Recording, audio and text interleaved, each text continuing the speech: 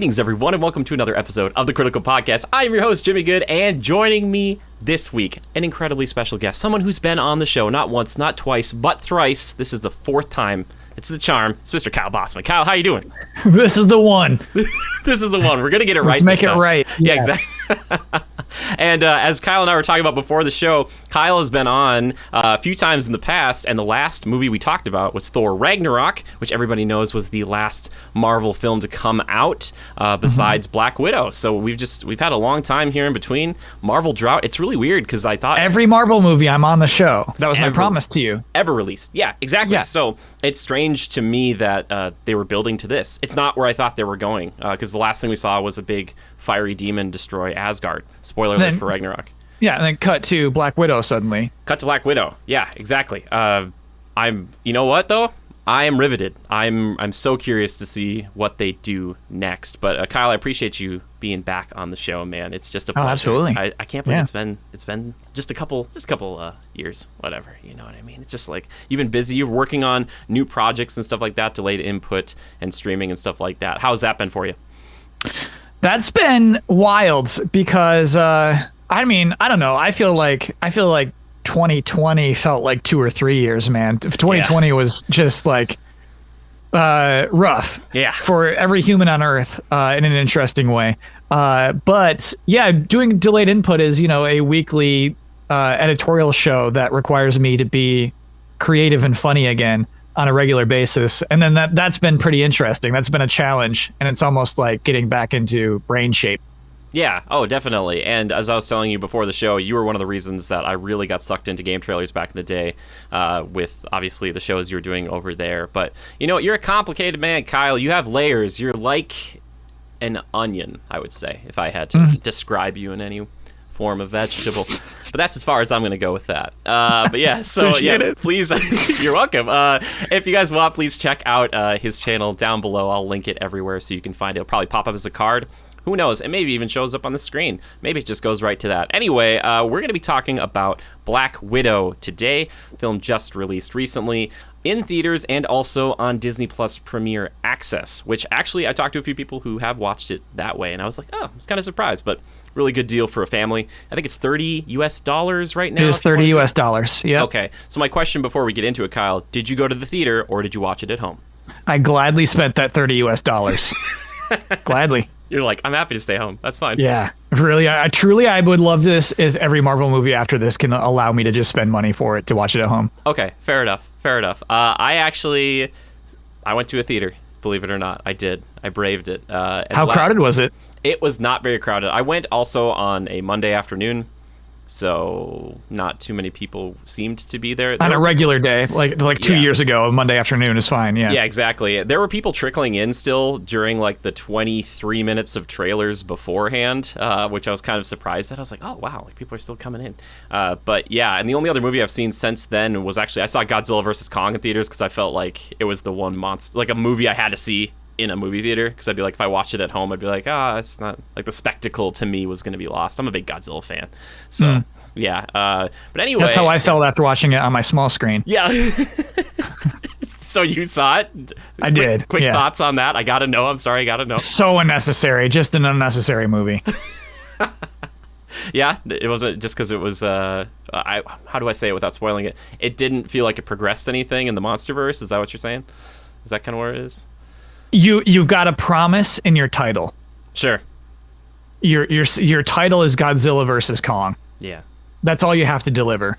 Mm-hmm. And I was disappointed with what was delivered. Oh really? Oh gosh. Yeah. Okay. I've already talked about it so long, so I don't need to go on about it. Okay. All right. Yeah, I was gonna say, unless you want me to tell you, I was gonna say you gotta go watch the other show. No, I liked it, but as opposed to a lot of other versus movies, at least we got like 2 or 3 fights in there. Like when I think of other versus movies, they usually do the one, and then there's like the third party, and then it's like they go and do that. This one, it was like very, hey, I see you, buddy. Clear winners sometimes, which I just love, baby. Oh my gosh, yeah. And it's cool because also I love that live action one, as it were, back when I was a kid. It was from like I watched it in the 90s, I should say. I'm not from like the 60s or 70s when it came out, but I remember watching that and being like, this is so cool. And the fact that it got like a modern day like touch up is amazing to me. Like I never thought. I was like, we'll see if they do it. And then they kind of teased it. I'm like, really? You're gonna do that? And they did it. And I was like, oh, okay. So yeah. So I'm sorry you didn't see it in movie theater because that's where probably would have maybe stunned you a little bit more. Maybe. That's kind of, yeah, what we're talking about. That's the theater effect for sure. Yeah, totally. So like I said, so you saw Black Widow. Also, we're talking about in at your own movie theater at home, as it were, your own personal theater. And so I'm curious. We'll get into that a little bit. But usually, what we do here is I like to talk kind of in broad strokes first, and then I will flip the old spoiler switch. There is no possible way that you will ever not know when we're in spoiler territory, because when I flip this switch over here, the spoiler sparks come out. They hit me right in the eyes. I do a lot of screaming. So everybody brace yourselves for that. There will also be timestamps down below if you want to skip over stuff. But I think a lot of people here probably have seen it already. A lot of people were asking me. I was like, whoa, you already saw it? I'm like, good for you. But anyway, so we're going to talk about Black Widow. So, Kyle, if you had to sell this movie after seeing the last, Thor Ragnarok, to someone who isn't as familiar, maybe knows Black Widow from her few appearances in the Marvel Cinematic Universe, what would you tell people? If you had to be like, here's kind of a little broad, little 2-3 sentence synopsis. All right, so Black Widow has an implied dark past previously, and this movie says, what if she had a family? Yeah. What if she had a fake broken family? And then that's what the movie's about. Right. Yeah. Would those bonds last to today? Oh, that's a great. Oh, that last sentence? I feel like it sells it a little bit. You know what I mean? I don't know. It sounds. That's kinda, the question, right? That's the question of the movie. That's the question. Yeah. I would tell people, like, I don't want to be reductive ever, but if people were like, oh, kind of, what else is it like? It's kind of like if Winter Soldier met The Incredibles a little bit. It's kind of like a spy thing with like a family focus, and that is, I love both of those films, so it's not to be mean about that, but that's just kind of, when I was watching it, I got some of those vibes that they were kind of trying to go for both, it seemed like. And for people who don't know, this one, out of the, the Marvel movies sometimes can be hard to keep track of. This one takes place immediately following Captain America Civil War and before Avengers Infinity War, so it's kind of an in-betweequel, so it's kind of right in between. And I wish it would have come out a few years ago, to be honest. Like, I don't know how you feel about it, but it's one of those things that I was really waiting for, the Widow movie and a Hawkeye movie or TV show too, in which we are getting down the line, it seems like. But how did you feel about that? Did you feel like it's a good time for it to come out? So yeah, you mean, it's hard to say, like, I wish it came out a few years ago, a year after its initial release date. That's true too. Yeah. Like a year and some months, actually. Yeah. So like, I do feel like that's a factor. This is the one we're getting after waiting for so long. Yeah. Sorry to kill the bit. You know what's funny about the bit is, as you were saying it, I was thinking about like how exciting it would be if we did if we're in that actual world and then somebody's like, dudes, there are like 5 other Marvel movies you missed, and we were like, what? And then we get to watch those all at once, like just see Infinity War and not know that it exists. That'd be so fun. But yeah. I kind of like, it takes place in a safe spot in the timeline, is what I would say. Mm-hmm. This one's super hard to do without spoilers, but it takes place in a spot where, like, obviously once Infinity War begins, the stakes are massive, and you couldn't do a little side story in the middle of that. Though I guess no, Ant-Man and Wasp, I guess, kind of takes place during that exact same time. Sure. A little bit. I had people gasping in the theaters for that end credit sequence for Ant-Man and the Wasp. People were like that. Like, people were losing it. So yeah, it can happen. I guess it could take place leading up to that for sure. But yeah, to me, it's like when a Star Wars story takes place between trilogies. It's it's just lots of breathing room here. We can just do whatever we want. Yeah, totally. Oh, that makes, it's like Solo or Rogue One or something. You can be like, all right, we're going to tell kind of a story here, but it doesn't have to necessarily, what I call like painting into another painting. It's like where Hobbit has to paint into a certain thing where it goes into Lord of the Rings eventually, where it can't just be like, we can do whatever we want. We gotta like kind of be like, oh yeah, Bilbo can't die. Like we can't be like, yeah, he died and it was really horrible. And yeah, it's like, but I would be gasping in that theater. Yeah, right. Just Frodo's just sitting there. They got Elijah Wood back, and he's just sitting there looking at the ring in his hand. It's like 20 years prior. Yeah, but anyway, so man, I'm having all these ideas now. The whole like idea of doing like 3 or 4 podcasts where it's just us being like, they made this thing and they've got these Infinity Stones and they've been building to it. I didn't even know they were doing this. They didn't even talk about it in Black Widow. It's like I didn't know they were that big of a deal. They are. But yeah, so I guess my question to you two is, we kind of talked about it being more inconsequential than some of the other bigger films in the Marvel Cinematic Universe. Did you enjoy it? Yes. Good. Yeah. I mean, like, we can do critiques, and boy, do I have some critiques. Sure, but like, I like when it comes down to just like enjoying a movie, that is what this kind of thing is built for. Yeah. So yeah, I do enjoy it. I enjoy these absurd scenarios and these absurd characters within them, for sure. Yeah, it's nice to have a popcorn flick again, and there's something kind of comforting that there is a Marvel formula. I know people have critiqued that in the past, or kind of gotten frustrated with it, but there's something to it, and it's nice that I think that Widow deserves some time, especially if you have seen the other films, which, like we talked about, there are other ones. It's just nice to see her get a little more screen time and to hear more about her past. I'm curious to see what they do with the Hawkeye stuff, but I kind of think, while this is a good movie, this could have also been an interesting 5 or 6 part kind of thing over time too, where it talks about her history, and each episode leading up to the present day was like, this was one, the time that Winter Soldier shot her in the side and she's got that scar and she shows Captain America. Like, I want to see that story, or I want to see Budapest, or Budapest as they say, like back in the day. That's all. I'm like, oh, I want to see these things, but alas, not this time. So maybe that's spoiler. I don't know, things that aren't in it. But yeah, is there anything else you want to talk about in broad strokes, or should we just get right into the spoilers that way? I feel like we're tiptoeing right now. Yeah, we should go. You should flip that switch. I'm gonna flip that switch. You ready? Yeah. Oh God. Oh, every time, after years, I have not fixed it, Kyle. I haven't fixed it. Those burns are still less than the comments of people who hate spoilers, though. Like, it's worth it. I imagine the trade-off is worth it. The trade-off is worth it. Yes, you're right, dude. That's a great way of looking at it. Anyway, I just want to say 2 words: pig suffocation. Things I didn't think I'd be saying after watching this. Watching a pig almost suffocate. I wasn't ready for that. Yeah. That was kind of weird, but there, like you said before, it's really interesting that they put this movie where they did, because obviously they had to, because we know that Natasha is dead. And I think sometimes what would have happened had we seen even the little end credit sting with her tombstone before Endgame or something, people would have been like, oh my gosh, is she dead? Like, is she not dead? And all that stuff. But I still enjoyed the fact that, like, they still got something in here, even though, like the other Marvel films like Captain America, Winter Soldier, or even Thor: The Dark World and stuff, where it's like you want her to call in help, but she can't, because it's like, it's just the Widow's story. She can't, like, call Hawkeye, he's in prison. She can't call Cap, he's somewhere else.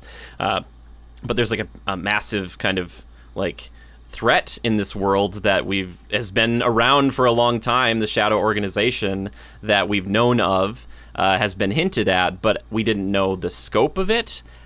And I was still kind of curious to know, like, what its goal was. Do you know what I mean? Because, like, a lot of the villains in the Marvel movies have a pretty, like, this is my goal, this is what I'm doing. This one, I was like, he's kind of this guy who's in head of the Red Room, is kind of slowly taken over the geopolitical landscape of the world, and to what end, I don't know, to kind of have his floating fortress.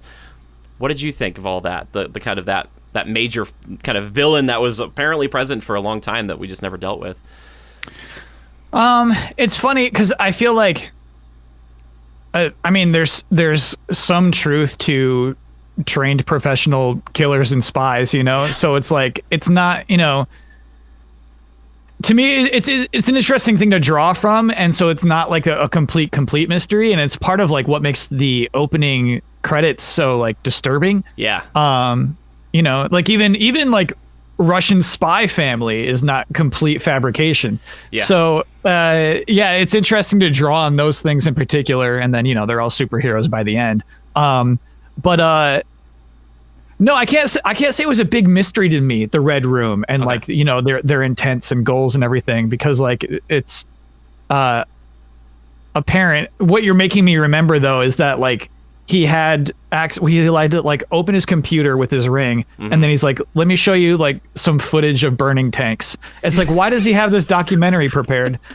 What, like that was absolutely unnecessary. Like to show Black Widow, look, I got thousands of widows all over this planet. Sure, that's a good demonstration of his power. I like, obviously it's like visual information, but like we didn't need to see burning tanks. That was such a weird thing. Yeah, so that's what I was wondering if he kind of had people in his pocket, or he's like, I will assassinate these geopolitical leaders if they don't do exactly as I say. And I was kind of curious to know like what his goal was, or if he was just kind of like, I like having this world kind of be mine. I'm the most powerful guy you've never heard of, kind of thing. I was like, all right, that's fine. But I'm sorry, I feel like we're getting a little ahead of ourselves here, because we do start way back in the mid 90s, a time we're both familiar with. Just loving it, man. Smells like Teen Spirit. Apparently, you know, which, okay, side note, do you like or not like old songs like that used again, remade or remixed, and kind of like a slow, kind of like a sadder way that we've been kind of hearing lately? Because I had someone complain about that to me, and I was really curious to hear what you thought. Yeah, I think I'm not cynical enough to be rolling my eyes, but I'm also not. I wasn't loving it. I wasn't like, damn, this is a good take on this, you know. Because that song in particular is such a personal song to Cobain and the band. Like, it's about them. So it is a weird thing to just be like, I don't know, here we are now, entertainers. It doesn't work as well, no, being a sad, slow song. Sure. From someone else entirely. Yeah. The only thing I was like thinking, because they usually like to pull from music from the time period, and sometimes that's not even spot on too. So I was like, I don't know if in 95 I was 5, so I don't know if that was like the song of that year or whatever going forward. But definitely when they threw that first, like, Ohio 1995, it reminded me immediately of, I think it was Civil War, that did like the big, like, you'll never ever not know where we are in the world. It'd be like Cuba, and it was like, I was like, oh, good, I know exactly where I am. Space. They use it both ways though. They use it as for comedy too, which I like a lot. Yeah. But setting that up with that, like, Natasha, her surrogate family, as it were, even though they're kind of a sleeper cell, kind of almost Cold War-esque group in Ohio doing a job, and kind of that situation. I thought it was a pretty good intro. It kind of gave me a little, like, I know it's not the same era, a little Stranger Things vibe, kind of like this really idyllic town, kind of weird stuff maybe is going on there, and also David Harbour's there, so maybe that's probably why I was thinking that. But the intro I thought was a lot more, it went on for a while, because usually that stuff, it seems like, especially in superhero films, they kind of do like, hey, what if the superhero was a kid and what was their past like? They do it for like 3 minutes and it's like, done. But this was like, we got to set the family up, we got to, you know, there's an inciting incident, we got to get them out of here, there's a whole chase sequence, and their kids for the most part that were doing this too. Was it effective for you? 100%. Yeah. So at a certain point, like, I'm like, what are we doing here? When we're like looking at fireflies, and it's like, here's how fireflies work. And I'm like, is that what we're doing? But then, so the father comes home, and I think there's some like really important parts, because honestly, we've almost seen this scene before, where like the father comes home and is like, okay, family, we gotta go. And then everybody just goes. The conversation he has with, I don't know the mom's name. Rachel Weisz. Yeah. Melina's her name? I think Melina. Yeah. I think so too, actually. Yeah. So he has a conversation with Melina. She says, like, I don't want to go. You see some real conflict there. You see some conflict with Natasha, just her expressions. You know, she's not even saying that much, just at the table. The tone changes, and it feels so heavy so suddenly. And like, obviously, like, that movie doesn't work without that scene at the table there. Yeah. Great reveal of what's his superhero name? Red Guardian. Red Guardian. flipping over that trailer. Yeah. Like, oh, okay, he's got powers right now. I just loved, like he's just a normal dorking looking dad until he's just suddenly like, floop, and then hanging on the side of the wing. Cool opening sequence, and yeah, cool to see them like shooting at old Shield SUVs from 1995. Like that I did like that opening sequence a lot. I didn't realize those were Shield. Those were Shield. Is that what that was coming after them? Okay, cool. That's really nice. And then the scene in Cuba where just like this father who we thought was just conflicted straight up just like leaves his children on the floor to go hug this guy. And give him a little smooch, actually. Yeah. And say, like, put me back in, coach. That's a powerful series of scenes. Mm-hmm. And I think it's a tone that's kind of lost. We sway way more comedic. I don't think there's, like, 2 minutes without a laugh for the rest of the movie after that intro. Yeah, that's totally for sure. You make a great point there. You know that the bad guy, when he first showed up, I was thinking, man, had it been a different time, place. I thought the guy did a good job. I was thinking Philip Seymour Hoffman from Mission Impossible 3. I don't know if you're familiar with it. That would be heavier. Right, exactly. He would show up and you'd be like, oh my gosh, this is like, it's like a large dude kind of in the background, like doing bad things. And you're like, oh, who's this guy? But yeah, no, that whole sequence I thought was really cool too. I thought it was like I said, it lasts a lot longer than I thought it would. But this reminds me of like, if this would have been the Natasha Romanoff Black Widow origin story, this would have been the first thing you see. And you would have been like, is this a superhero film? And then like eventually you'd be like, oh, because that first bit, it's not superhero until he kind of flips that trailer. You're like, oh, okay, like this is like a family on the run. They're Russian spies. They have an hour to get out, which I don't know if you're like me, Kyle, but a lot of times in movies when they give like a fake like time limit on something, I start to panic for people because like he's like, we have about an hour, and they like sat down at the table. I'm like, you have an hour? I was like, why are we even joking about dinner? I was like, we need to go. Like, and they're like running later on. I'm like, that would have been time you would have had. Like. As a major procrastinator, I understood it. If I had an hour to leave my house forever, the first half hour, I definitely would just sit on the couch. Just sitting there, you're like, I got time. I could take a nap. Yeah. I'm totally fine. Kids, get the bullets. Let's go. Yeah, no, but you're totally right. That beginning sequence is integral to the rest of this particular story about will the bonds last, into the modern age. And then that introduction, or that kind of the montage we get in the beginning with the credits and things like that, or the opening credits, I thought was really cool. I thought it was really effective and kind of freaky. And I know the music, we were just talking about that, but besides that, I think it worked for me, and it was kind of disturbing because you're like watching all these like little girls basically just get brainwashed, and you're like, oh my gosh, like this is in terms of like an opening credit sequence, it actually informs the rest of the movie pretty well, which is great for it. And so it's not just like I don't know, CG spider webs that were flying through.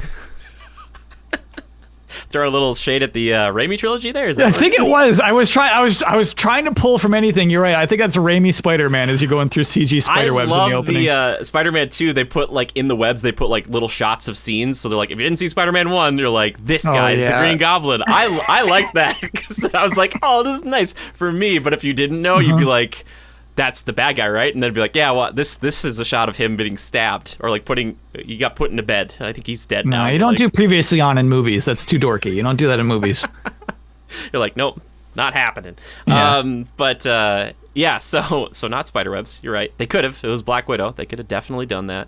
And they didn't do like a James Bondy type of thing. I don't think they were ever going to do something like that. I don't think anyone else really tries to do that, to be like a super spy. But I was really hoping this would be that montage. Like I keep talking about this. My favorite sequence in X-Men Origins Wolverine is that montage through the years, baby.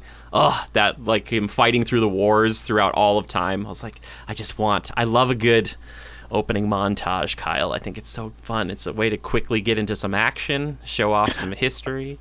What do you think about Watchmen? I think like Watchmen is a standout one. Oh my gosh. Yeah, I just watched that again recently. That's a long opening thing. Like it's meaty. But that movie is meaty. Yeah. It's a long one. So are you saying that's a good example of one? I think that's a good example, yeah. Okay. Of like it informs your audience, it sets a tone as well as just putting some names up on the screen. It does both. Yeah, and also for an ensemble thing like that, like you kind of, without doing like the Captain America, Thor, Iron Man movies first and then Avengers, it was just like Watchmen's like, here's Watchmen. We're not doing like the comedian story and then like, doing all these Ozymandias gets his own story. But yeah, no, that's a great example. There we go. But yeah, so then we get into it. And we were faced with tons of widows. There are many, many widows that we are now being brought into the modern day with, and we get this opening sequence where one of them, they're all tracking one person down. It's a renegade widow.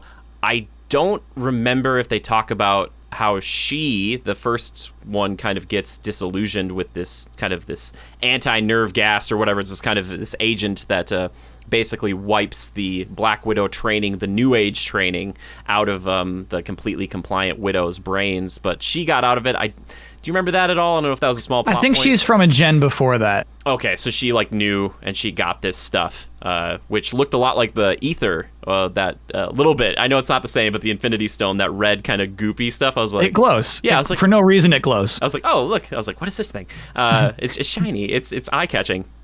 But this is what ends up breaking, I think it's Yelena, Natasha's former sister, quote unquote, out of this haze because she gets gassed with it right as she's killing this other former Black Widow, or former Widow, I should say.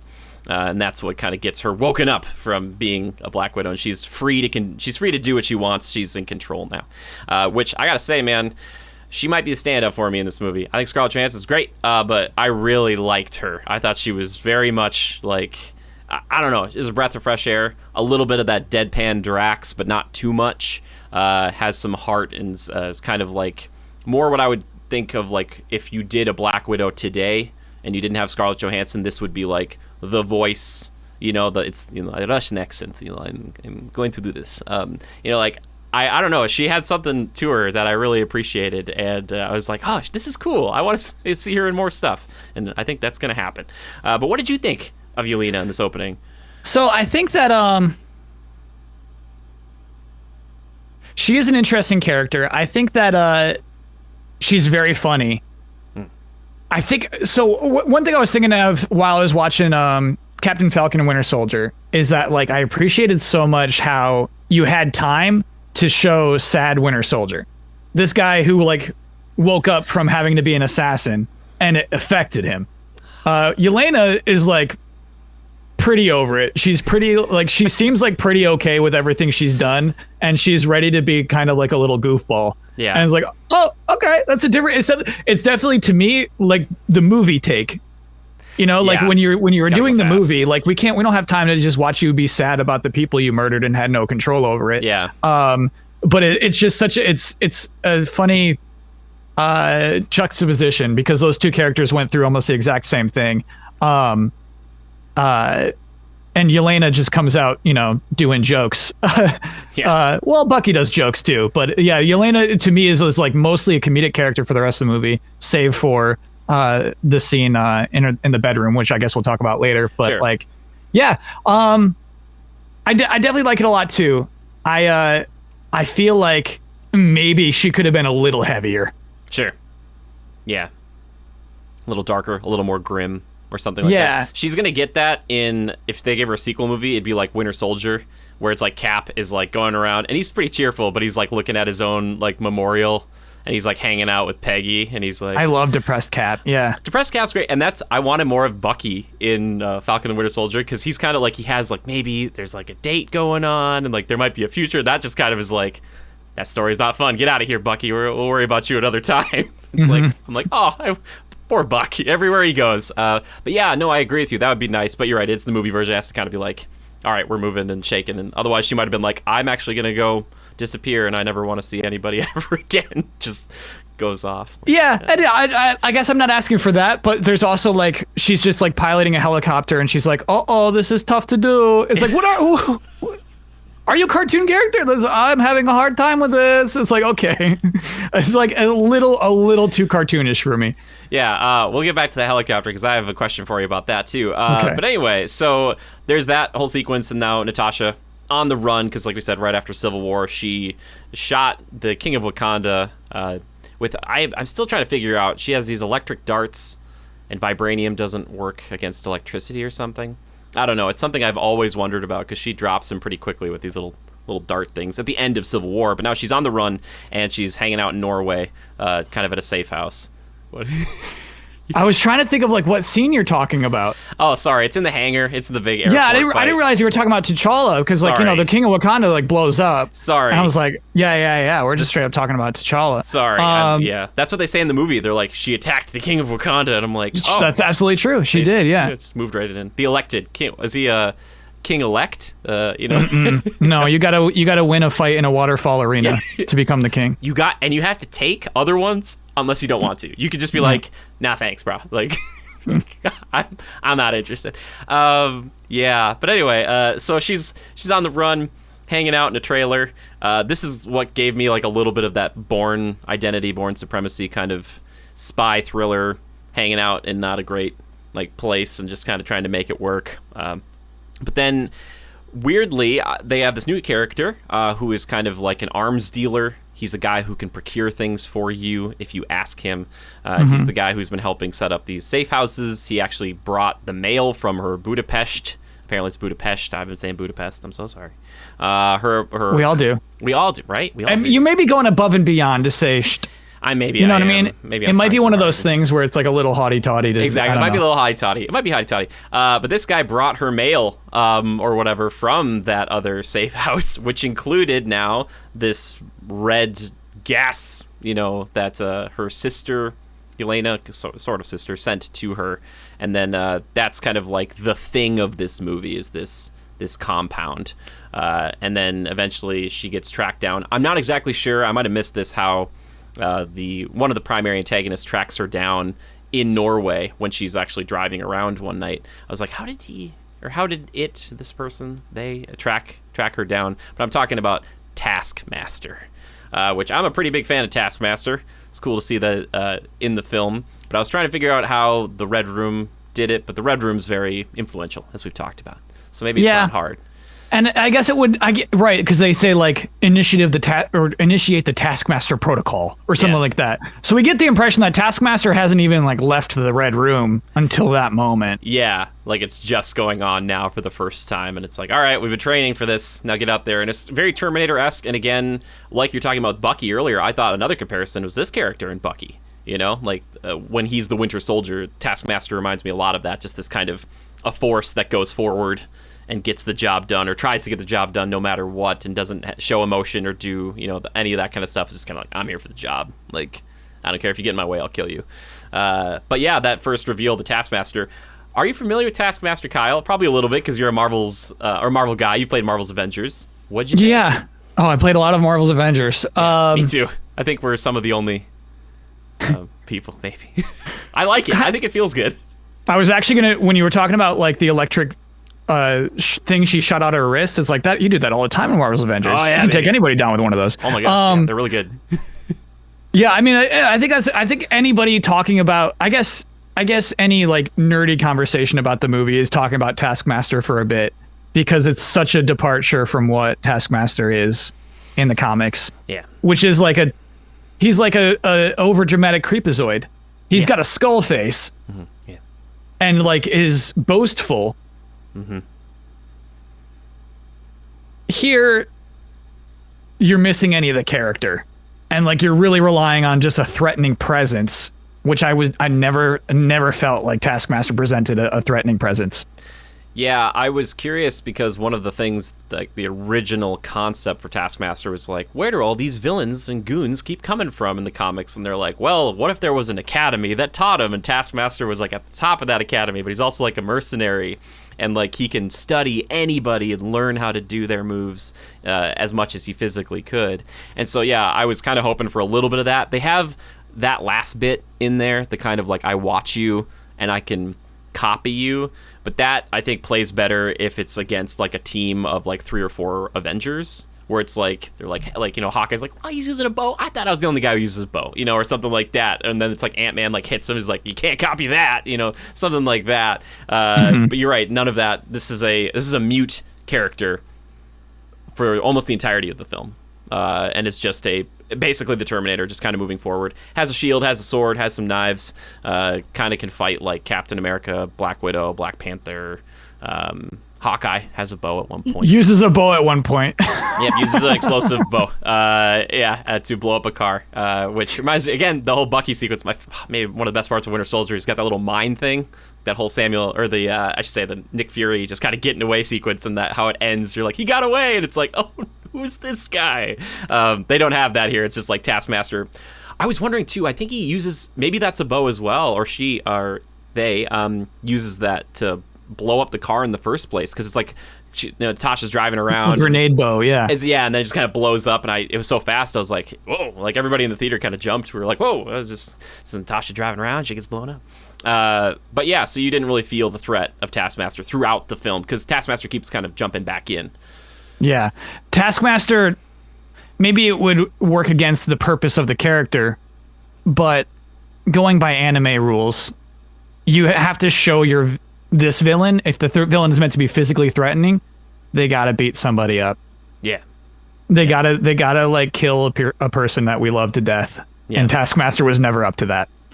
Yeah, that's true. That's a good point. I'm trying to think who you kill. I don't know if there's anyone in this one that you could have killed early. Maybe, I don't know, could you kill, you want Alexi in it, right? But, what if we had that earlier on? Like, Alexi would die to Taskmaster. You'd be like, whoa, Alexi's strong, but still lost to this. How are we going to beat this guy? Maybe. That would make the Taskmaster iconic, dude. Yeah, I'd be like, oh my gosh, we loved Red Guardian. Now he's dead. Yeah. Yeah, okay. Maybe that. But yeah, so she's got the red gas, and she's trying to go back and find. She runs into Yelena back in Budapest. I'm just gonna say Pest now because I'm afraid to be hotty toddy. And they fight. It's a nice little fight. I don't know. They probably didn't need to fight. They probably could have just talked it out. But it was kind of fun to watch, a little kind of Jason Bourne-esque fight where there's a knife and a couple of guns involved, and it seems like when they say truce, it was never too serious of a fight in the first place. Sure, yeah, like they're trying to choke each other out with a curtain. It was like, okay, yeah, you're like, oh. To these two characters, a knife fight is just a sister fight. Yeah, it's a hello.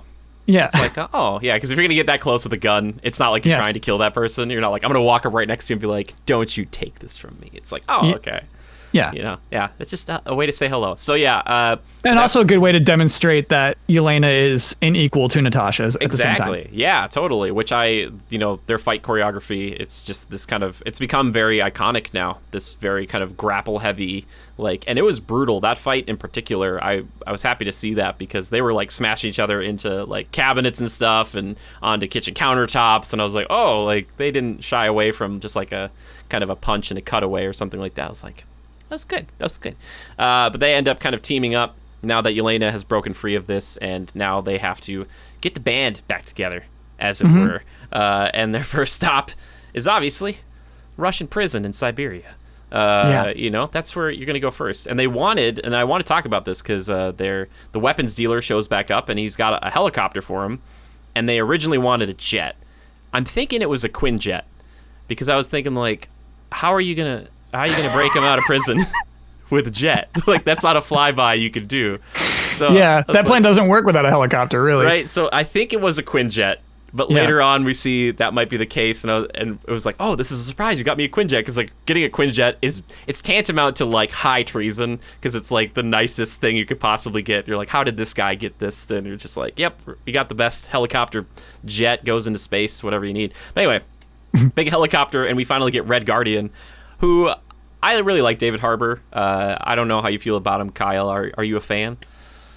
I've not seen anything he's in. I haven't seen Stranger Things or anything, but I feel like I've seen him in my periphery and just generally like him as a actor, as a person. Sure, yeah. So you didn't see Hellboy either? I did not see him as Hellboy. You did not see him as Hellboy. Sure, I should be more specific. Not Ron Perlman. You've probably seen Ron Perlman. Yeah, Ron Perlman. So good. You haven't seen iconic Hellboy. Yeah, man.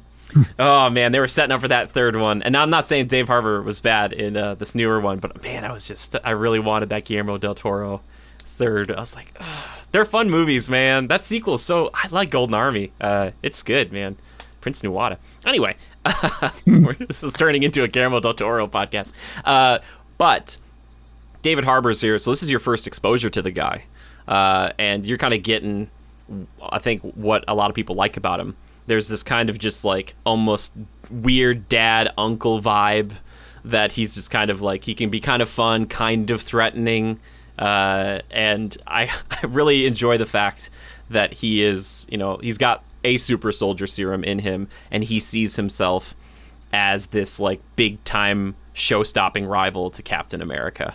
And like on his knuckles it says like Karl Marx, and like he's got all these tattoos. He's like the most Russian person that's ever existed, and like he's telling these big stories that maybe didn't happen with Captain America. Like one of his core concepts is that he's like, does Captain America know who I am? Like, does he remember me? Like, and it's a joke they play like maybe 2 or 3 times. I don't know. I could have used a little more, but they didn't have any Cap in this movie, so it wouldn't have made much sense. But what did you think of the Red Guardian? I think he's really cool. I think he's an interesting character in that he's not defeated he's washed up, but he's not defeated. Yeah. You know what I mean? Like his will is not broken. He is so stoked to escape from that prison, and they say don't make a big scene, and he absolutely makes a big scene.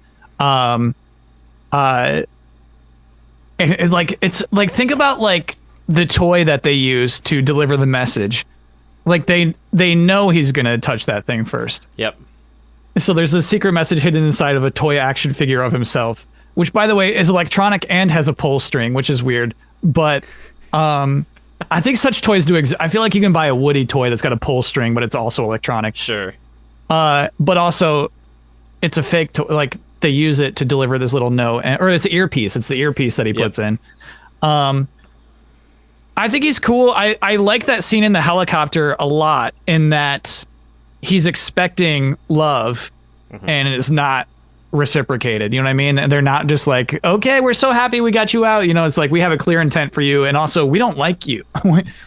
You abandoned us.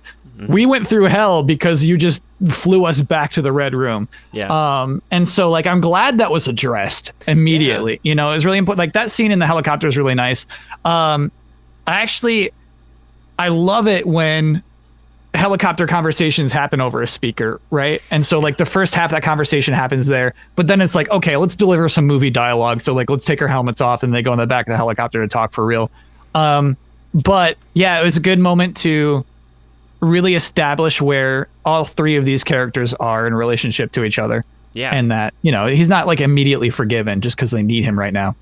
Right, totally. And it's kind of interesting. I really wish I would know more about why he was thrown in prison. He kind of talks about it. He's like, oh, you think I have some love for this guy who's running the Red Room? He's like, he threw me in prison. We were partners, and like he just threw me away. Like he didn't need me anymore. And that whole sequence, I was like, oh, yeah, it would have been cool to have him come face to face later on with this guy and be like, he's like, why did you...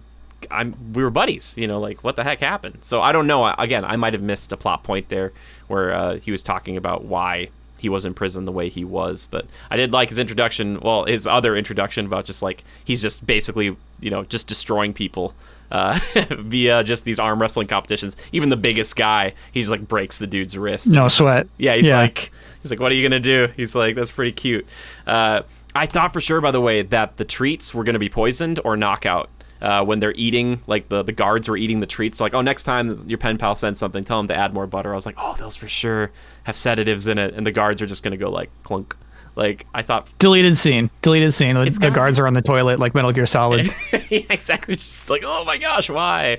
After they got ripped through the glass, you're like, whoa, Alexi, he's fighting everybody. But yeah, so that sequence with the helicopter and then the avalanche and stuff. I really did like, I know that you said you didn't like Yelena in this part because she's like, I don't know how to do this or whatever. I do like that she gets frustrated enough at some point and grabs like a rocket launcher, and she's just like, this is the difference between her and Black Widow or Natasha, is that like, she's going to be like, okay, I have a moment, I'm going to act on it without thinking. I'm just going to be like, I'm angry, I'm going to blow that thing up. And then it's like, oh, an avalanche starts. And it's like, oh. And then she's like, this would be a cool way to die. Like, that's one of her things. It's like, she's not trying to die, but like, one of her character things is she's like, well, if I'm going to die, like, this is a pretty cool way. Or she'd be like, this isn't a cool way to die. Like, it's kind of like a catchphrase of hers almost. But that whole sequence I felt kind of weird because you have, Natasha swinging down fighting some guards with guns, and then Alexi's fighting the entire prison. Which they just all kind of run out there and they're like, we're all gonna escape, and it's like, what do you guys think is gonna happen here? But yeah, so they all get away scot-free. All those other guys die, maybe, I don't know, or are buried under snow in that prison. From that avalanche, nobody's coming for them. Nobody. Yeah, the Russian government's like, oh well, yeah, that's just kind of done then. It's just another thing they cross off. Just like, but yeah, so they move on, and they do have it's like a Thor Ragnarok-esque moment where you're like, oh, we got to go to St. Petersburg, and Elena's like, oh, we don't have enough fuel to get there, and Alexi's like, nah, we're gonna make it, and then they just shoot to a field, helicopter crashes, and then because they ran out of fuel, and then they have to walk a little ways. Which, by the way, it's a little too much for me. It's not worth doing in my book, not worth it for a joke, because we had Black Widow flip over in a car twice already, unscathed. Sure. Mm-hmm. And so just like a falling helicopter, and you just kind of walk out like Rocky and Bullwinkle. It's like it's like too much to do. Where like if you do this too much, you lose stakes. Sure. So if we see these characters in any vehicle, we know they're fine, because if their car explodes and flips over 3 times, they're just gonna walk out of it. So I like. It's funny that he says we'll get there just fine because that's what dads do, and then they obviously did not have enough fuel. So like it leads to that part of the character, but like don't just straight up drop a helicopter. Okay, all right, I don't know. I'm sassy about that. I know it's okay. That's all right. I wanted to bring it up because I thought it'd be something you would have a feeling about. So I appreciate. I definitely have a strong feeling about it. That's good. Well, and especially after I think this takes place after the chase sequence back in Budapest, where Taskmaster's coming after them in like an APC, and they're on like a motorcycle, and then they get in a car, and they're trying to escape, and that whole sequence is so like dire, and like she's bleeding out, and they're like, no, we're gonna use that, we're gonna trick Taskmaster to go one way, and we're gonna hide for a bit. But then you get to this, and you're like, oh, okay. Like I was thinking Natasha would have been like, hey, if we're gonna run out of fuel, we might as are we on E? How long have we been on E? We should probably land. Like as opposed to being like, we'll just run it till it's dry. Like. Trying to tell us we're all super soldiers here, which isn't true. I swear they are though, right? Like Black Widow and Hawkeye not necessarily have superpowers, but they kind of do. I think there is reason to believe that. Like I think comic book Black Widow's got a little super serum in her actually. Okay. So there's reason to believe that maybe through her Red Room training, sure, you get a little juice. I mean, we saw her fighting in like Infinity War. Like she's fighting these like Thanos' army monsters. Yeah. I think she's got a little bit. Right? Exactly. And I don't know a lot of people, but if Hawkeye he's playing 18 rounds of golf and he's shooting 18, that ain't human, buddy. Like I would love to see him just like on the Pro-Am tour. Like he's stopped the Avengers. He's like, yeah, I went to prison for a bit, and he's just like, I'm gonna start playing golf. Just sitting there, he's like, it's always hole in one every single time. Like people will be like, I'm done with golf. People will be like, I don't want to play anymore. It's not even worth it. Because there's being accurate with a bow and arrow. That's true. And then there's like being good at golf, and he's good at both. He's good at everything, man. He'll play darts all day. He can whatever you want him to do, he's got it. He's Hawkeye, baby. Which I'm excited to learn how you learn that power, because they're gonna have to do that with Kate Bishop, man. Heck yeah. But anyway, so we're gonna go over and meet Melina, who is obviously hanging out with a bunch of pigs. We were talking about pig suffocation earlier. We're finally circling back. Thank you, everybody. Appreciate your patience. And talking about how you can now they have this ability to take over the minds of anybody and just control them, and that's like true power and potential and all that stuff. And that's where we get the most, what I would call like Incredibles-esque scene, where it's like we're sitting at the dinner table again. We're all kind of fighting and bickering, and we're talking about things. And, Natasha's like, we're not a family. And everybody's like, no, we were a family. That moment, that sequence, coming back to it from the beginning, did it play for you? Yeah. Yeah, I'll say probably around that scene. It's part of like the bigger criticism of the entire thing to me is like whether this was a good idea from the start. I kind of feel like Black Widow could have carried her own movie just being Black Widow. The initial thing is, okay, we have Black Widow, we have this character, let's give her a family. And so I feel like that's almost underserving the character, that she couldn't carry it alone. That we need this like family aspect to make the character work, because she's not interesting enough on her own. and that's a bummer to me, because of the scene in which she dies with Clint is all about like these two people love each other. Like they actually love each other, even though, they're not related. They never like were romantic with each other. It's like, this is like, they have this bond that none of us outside will ever understand. Yeah. And so like, it lessens that a little bit, when like that was, to me, Black Widow's greatest love was right there in that scene, where now it's like, oh, she had like a sister who she loved way more than Clint. It's like, okay. She had a whole family. Yeah. So it makes that a little weird to me, for sure. Yeah. Yeah. I wonder too if it's any sort of like kind of backdoor pilot kind of vibe where it's like, what if, obviously Yelena, they're setting up for other stuff in the MCU, but if Red Guardian played well enough, if they're like, whoa, we could do something with him, No question. Yeah. Yeah, he did not sign a contract for one movie. I'm not convinced at all that He's that coming happened. back. Yep. And it does. And when we're talking about like who could Taskmaster kill, I'm sure like that conversation's like nobody. We need those Disney Plus shows. You know what I mean? Like I'm positive that it's like you can't kill anyone right now because we need them unless their contract's up. So yeah, I do think for sure it's another disappointing factor of Black Widow is that it almost seems like the purpose of it, because it's not moving the story forward, is to introduce new characters to the overall MCU. I have such a hard time divorcing myself from that, like thinking like that or thinking about where the movie takes place in the timeline, that like it's so hard to be in the moment of the film, like when there's like a scary moment where it's like, oh man, she can almost die here. Like I try to just be like, just pretend like you don't know. You don't know how it's gonna go. That fortress is falling from the sky. She's gonna die, and it's like, or is she?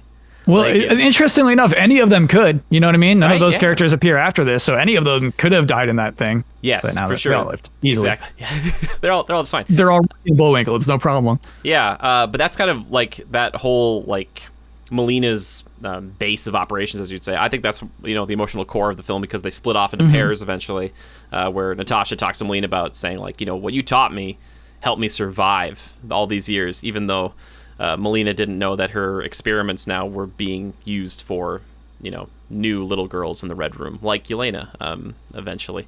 And it was just like, oh, okay. But then there's that moment you were talking about earlier with Yelena and Alexei, where they have that kind of, father-daughter moment. It's kind of sad. It's kind of heartfelt. There's a little bit of singing even, to harken back to her favorite song, American Pie. Yeah, which is funny. I hate that song. Hate it to death.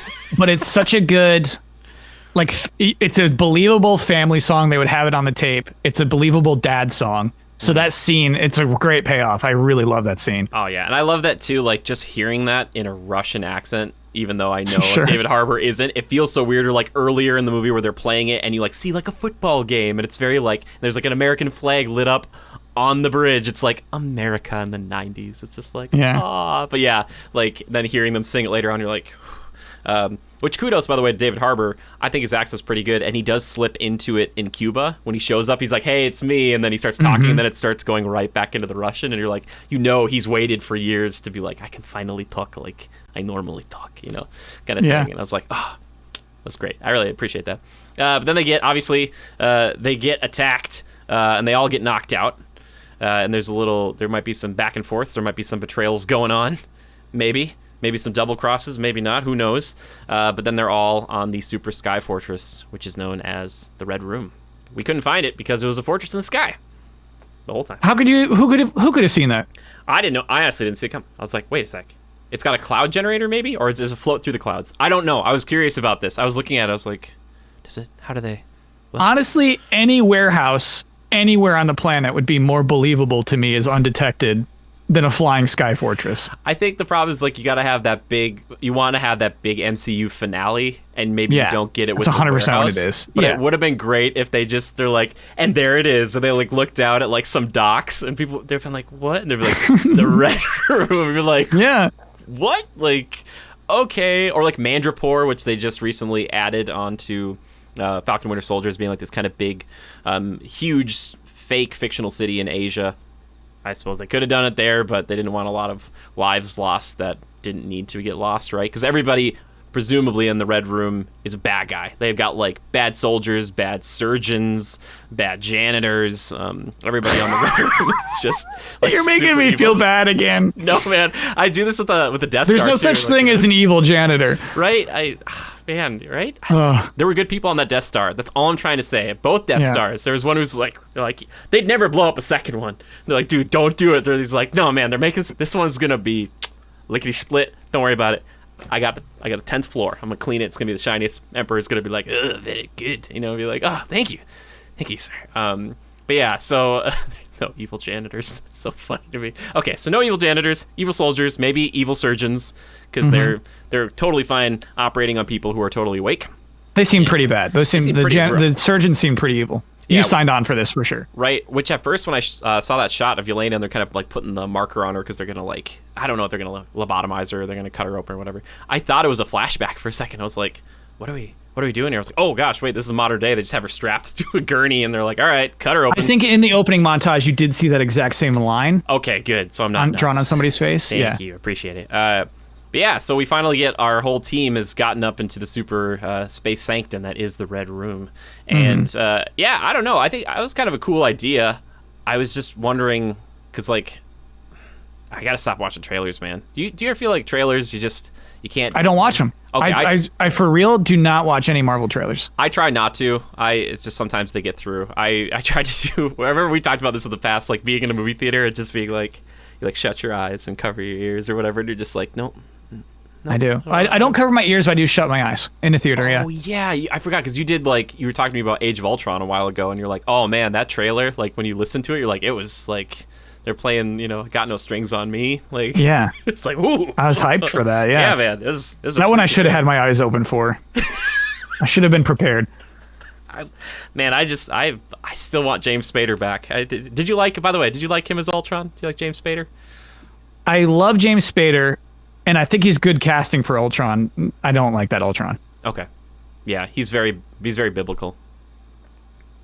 Is he? Yeah, he's talking about, he's like, every time, want to change it up, God throws a stone, or something. And he's like, on this rock I shall build my church. Like, it's like, all right, bud, I didn't know Tony Stark is... Oh, yeah, he absolutely does that, doesn't he? Yeah, he talks a lot about that. I don't know if that was a Joss Whedon. Like, he was like, we'll just write him like this, Plus, they didn't have the whole backing of him being based off of, like, Hank Pym or having that whole thing. Because think of James Spader playing off Michael Douglas. Ugh. Okay, sorry. I'm just saying. Anyway, back to the Red Room. So we finally get to see our main villain again, and he brings Natasha right to him. Bold move, but he doesn't know that it's Natasha. He thinks it's Melina. I'm sorry, is this moment from the trailer? Is this why you said I wish I didn't watch the trailer? Oh, no. I didn't, not this moment. The just exploding, like, her falling from the sky, like, because that's kind of what you sell. That's, like, your little... Oh, so you know this whole thing's coming down. Yeah, exactly. You're like, oh, yeah, she's going to do some cool, like, I'm flying through the debris thing, like Spider-Man might do. But this moment, I was like, oh, okay, because I was like, oh, maybe Melina did betray them, because she's like, yeah, I called the Red Room, they're coming. And I was like...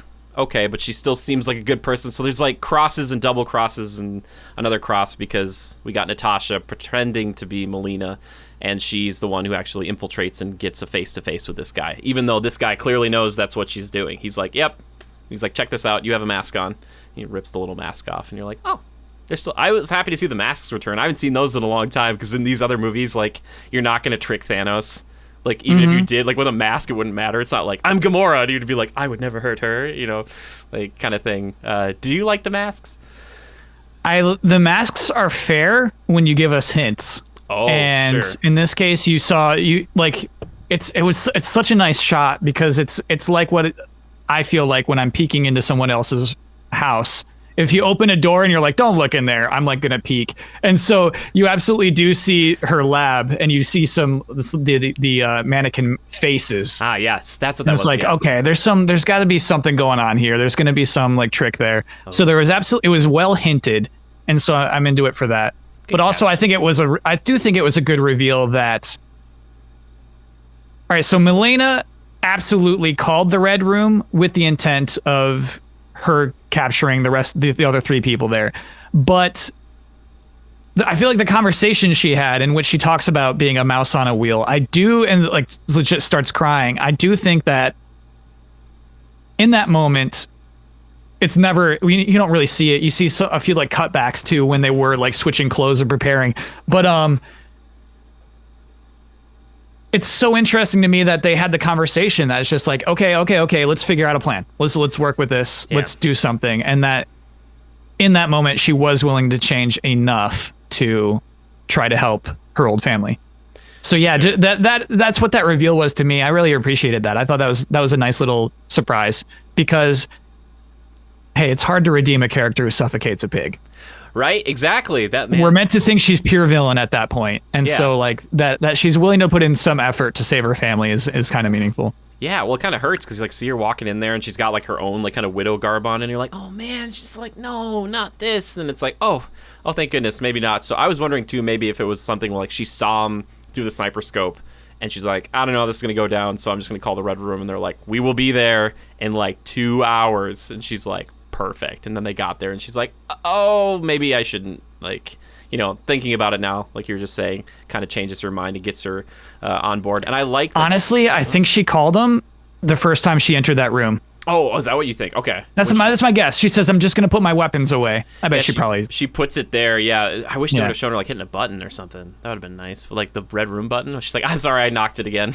I walked in here the other day. I was carrying a shotgun. I was like, oops, sorry. I like, though, that there's, like, this still kind of through line between, like, she's like, you know, we played our roles perfectly back in the 90s, and she's talking to Alexei, and there's still, like, this kind of weird, like, yeah, it was a job, but also we're romantically connected type of thing. And like, you know, there's this kind of like, oh, you know, you don't look the greatest, but you look pretty good. Like, this is the first time Alexei has had anyone outside of, like, since he got out of prison, treat him with anything else other than just like disdain. Like, it's just kind of like, oh, and she's like, yeah, I kept your suit. Like, it's like, oh, that's nice. Like, it's kind of weird that you did that, because last time we saw you, you were really hurt. And I thought the big turn, a lot of people thought this too, was like she was going to be Taskmaster. Like, oh, you know what? I did too. Yeah, I thought so too. Legitimately, I did too. Yeah, I was like, okay, that could kind of work. And she'd have been like, you know what? I've kind of thrown in with this. Or she would have been brainwashed. She didn't have a chance, you know, and she would have just been that the whole time. And right around this time, we do find out the Taskmaster is, believe it or not, the daughter of the main villain, somebody that Natasha's had a lot of angst about killing as part of collateral damage when she left the Red Room and joined S.H.I.E.L.D. And they're like, S.H.I.E.L.D.'s trying to blow this guy up. And she's like, yep, you can do it now. And she never confirmed the body or the body of the main bad guy. But I kind of figured that was going to happen, which is not necessarily a bad thing. I know. So not all twists need to be like complete, like, showstoppers. And I think that was a twist that was a little bit more like, oh, I see this coming, versus the Melina twist, which you're like, okay, she's not a villain, because there's kind of two of them pretty quick there. Yeah. I don't know, how did that play for you when we finally take the helmet off and we reveal that it's you know, the little girl, that it is the daughter? You know, it's kind of funny. Yeah, you're trying to think of like how you remember how you felt in that moment. It's strange, you know, that it's meant to be like shocking, not just like, because there's no way we would recognize the face. It's meant to be shocking because of the burn scars. So it's like, you did this to this woman. Yeah, you know, it kind of plays. It just, again, it would play way more if Taskmaster like was a real threat. Sure. Okay. Fair enough. Yeah, we haven't seen her do anything yet to be, like, really scary. Or like, oh my gosh. Like, again, with the Nick Fury Winter Soldier thing, where he brings down, you know, he almost kills him and he snipes him later on. And you're like, oh my gosh, this guy's like a really big threat. We got to worry about him. That doesn't happen here. Yeah. Yeah, the coolest thing you see Taskmaster, well, I would say, most interesting thing you see Taskmaster do is bang against the glass. At that moment, it's like, okay, this is finally a human breaking down and being frustrated. Sure. As it, like the mask, like having like this like robotic screen on it, like it doesn't do it for me, you know. And it's just kind of, you don't believe that person's gonna do anything to anybody. Sure. Yeah, and again, I really wish, you know, maybe they'll bring the character back in another form. It reminds me a lot of how they played the Mandarin kind of in two ways in Iron Man 3, that neither of them were like the classic Mandarin, and they're trying to do that with Shang-Chi now. Like maybe one day they'd be like, this is like a mercenary who saw this and was like, or got some information, was like, yeah, I could do that, but let's be honest, if I'm going to do it, everybody's going to know I'm the Taskmaster. I'm going to tell everybody every 5 seconds. And I can throw a shield just like Cap. I can use a bow and arrow. Everybody can use a bow and arrow. I feel like Taskmaster, the character, is like C tier anyway. You know what I mean? I'm not saying it's a big loss. You know, there's plenty more villains to pull from. Sure. So yeah, it's not that much to me. It's just like, you know, as a threat in this movie, as a character in this movie, I guess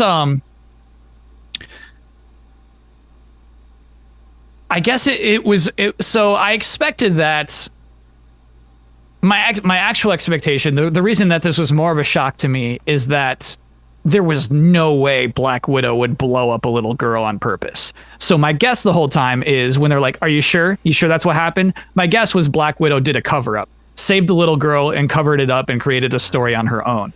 So what this moment revealed was that Black Widow absolutely did sit in that car and watch a little girl explode. And I think that was the more shocking thing to me. Yep, we definitely have a question about that later, so I'm glad you brought that up. But yeah, and I get where she talks a little bit about her, like, she's like, I'm not a great person, you know, she's like, I've done bad things, and this was finally like, oh, we get to see a bad thing.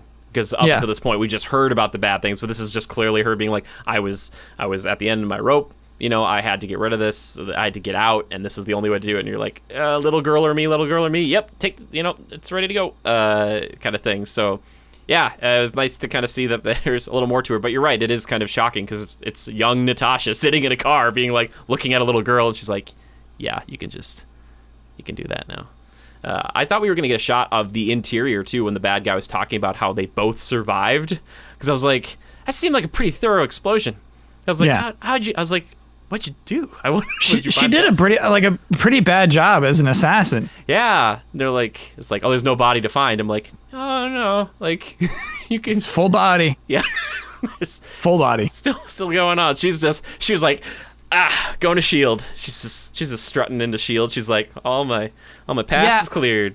I think there might be reason to believe that, like, S.H.I.E.L.D., which is at that moment a lot of Hydra, tricked Black Widow into thinking she killed him. That might be what happened there. Sure, that's a great point too. Like, they warned him right before, and they're like, all right, you got to get out of there. And he got out, but the little girl almost got out. But it's also a weak theory, because like he doesn't show any S.H.I.E.L.D./Hydra alliance after that. If anything, he just works for Russia. So like I don't know. It's a little loose there. It's a little loosey goosey. Would Hydra tie-ins to the Red Room, would that mitigate the power of the Red Room for you, or would that just make more sense? You know what I mean? I don't know. Gosh, it would be weird. It would be weird because Hydra had the Winter Soldier program. Yeah, and I feel like, God, I think that you could surmise that is what they stole. The original floppy disk in the beginning is never explicitly stated what he stole. Yeah, good point. But he's already got some super serum in him.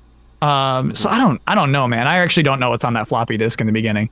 I'm not sure we will at this moment. I think early 90s, 94 was, I think, or 93 was the Winter Soldier, or that program going on at the beginning of Captain America Civil War. Like a big date flops up there. So maybe that, I don't know why. That could be around then? Okay. I just don't know why that information would be in Ohio. But there's probably a comic or something that would explain why that is there, or Howard Stark brought it there or something, or whatever it would be. Sure. But yeah, that's a good point. That's a great point. I like that tie-in though, maybe. Who knows? Anyway, so that's what happens. The whole place explodes. But right before that happens, we get a few, I'd say 2 kind of big moments where Natasha is going to try to hurt this guy, but he's got pheromones on him that prevents anyone from hurting him, like physically harming him. So she smacks her face on the desk, which is the big crunch, so she can't smell anything. And then she hurts him a little bit, kind of smacks him around for a bit after he smacked her around for a little bit, which was a fun, like, kind of was like, oh, we'll flip it around. And then the whole, I don't know, and this is another moment like the helicopter. I want to know what you think about this too. We've got a lot of these people moving around the family, and Melina's like, all right, I'm going to bring this thing to the ground, and it's going to be fine. And then like all these guards show up to shoot her, and she like ends up creating an explosion that takes out one of the main engines, and she gets away before all these guys can shoot her.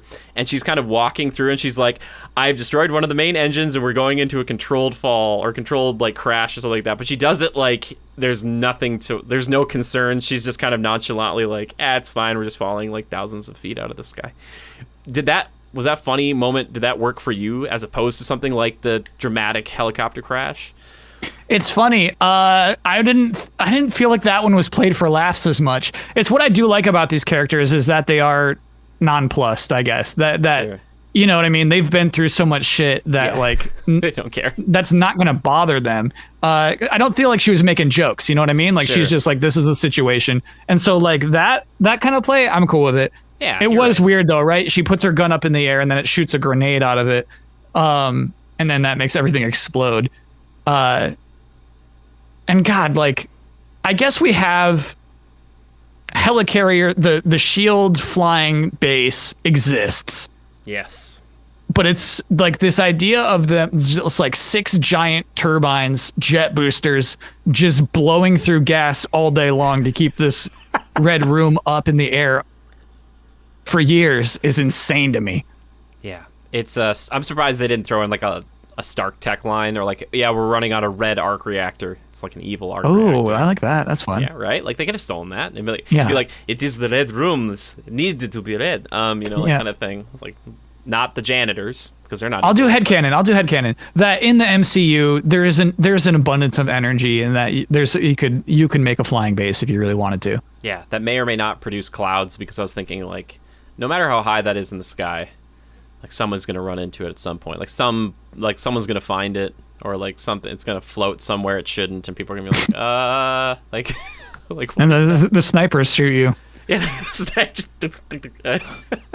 yeah, right. Yeah. Oh gosh, I'm thinking back to that beginning sequence where they've got all those snipers and they kind of like leave the guns and stuff. And I know they do this a lot, and this is probably what like sniper protocol is. I'm always just like, oh, you just left that thing there. That's company money, man. Like you're gonna go back and they're gonna be like, hey, you left your gear again in the field. Like, I had to chase him on foot. Like I had to get out there myself and grab a motorcycle. Anyway, so the red room, arc reactor powered. That's or whatever energy you would like to call it, whatever it is. I'm almost surprised it wasn't running on an Infinity Stone. No, that wouldn't have worked. Yeah, the red room, they can't have that much power. It'd be too much. No, it'd be too much. Please. It'd be too much. But yeah, we finally get a moment where Widow has to fight all the other Widows, and at this point, Yelena has broken free and grabs that group of vials that has amazingly. I'm just impressed that it made it through this far, because usually glass vials in a movie, it's not long, baby, before they're shattered on the ground somewhere and someone's going, no! Like, there's a lot of that. Captain Falcon Winter Soldier. Yeah, right? Exactly. Just Yeah. this kind of like, I'm surprised it's not like people like licking it off the ground. Like, I can still make it work. Yeah. But has it tied to a grenade and then frees them all of it. And so it's just like basically a bunch of incredibly trained people who are now broken free, and they all get to escape together in this sequence, which I didn't think. I knew she was going to do the whole, like, the whole place is exploding, Black Widow's going to jump off and, try to get out of there. I forgot the Taskmaster was still, like, on the prowl at this point. Like, Taskmaster was closed in this room, and Natasha's like, I'm going to let you out. Please don't kill me. The first thing Taskmaster's like, yeah, I'm going to kill you, because, like, that's what I've been trained to do. But that whole sequence, it's pretty brief, though. Like, kind of, which I think is good, because they are falling out of the sky. You can't make that like a 10-minute fight scene, or a 5-minute fight scene even. It's just kind of falling through debris. What did you think of that? I actually like that scene a lot. Yeah? Yelena sticking her rod into the turbine of the helicopter that the bad guy's leaving on is silly. And there was no danger for her. She just flops off again. It's like Rocky and Bullwinkle. It's fine. But the leaps and like jumping through a helicopter and grabbing an extra parachute on her way through it. Like, Oh, yeah. it's just some good Black Widow stuff. I feel like Black Widow doesn't get enough time to shine in the whole movie, and that was just like Black Widow doing Black Widow stuff. I actually really like that falling sequence. Oh, yeah, totally. It felt a little Uncharted-esque, but like with highly trained, like, no offense, Nate. Nate's fine, but he's not like a guy who, it would happen, like that, and he'd be like, "Oh, this is great." No, he'd be saying no, no, no the whole time. No. But yeah, you're totally right. I love stuff like that, and it reminded me a little bit of that sequence in Spider-Man 3 early on with the debris falling, and Spidey's kind of getting through it to get Gwen Stacy and save her. I was like, oh, it's like that again. I was like, that's fun. But I'm always thinking in these moments, it's like Point Break. I'm like, they don't have parachutes. They can't be doing this for that long. And they end up landing very quickly. I was surprised like how fast they were on the ground, because they were on the ground. I was like, oh, they made it. I was like, yeah, I'm used to just the whole like the parachute's not opening and they're kind of tussling and they land in water or something. But that moment didn't come, and they end up breaking Taskmaster free as well of this stuff. And then it's kind of a quick wrap up. Like, it's kind of like everybody runs away, and Widow's like, I'm gonna sit here. John Hurt's coming from me, but I'm not running anymore, I guess. Even though there's like another story there where we don't know. It's like 2 weeks worth of time that goes by between that and presumably somewhere before Infinity War, where she gets her blonde hair, goes on the run again, or maybe goes on the run undercover on the run. I don't know. But kind of wraps up. What did you think about that? I kind of wish there was a little bit more between the family, but it's kind of like you got to get out of here, I'll stay. Go. Run. Go on. Yeah, Yelena gives her the vest. That's important. Yes. Which I do. I feel like they had enough moments. You know, it was at least they're not a happy fixed family, but they are four adults who just have a love for each other, and you can see it right there. Yeah. So yeah, I like that scene.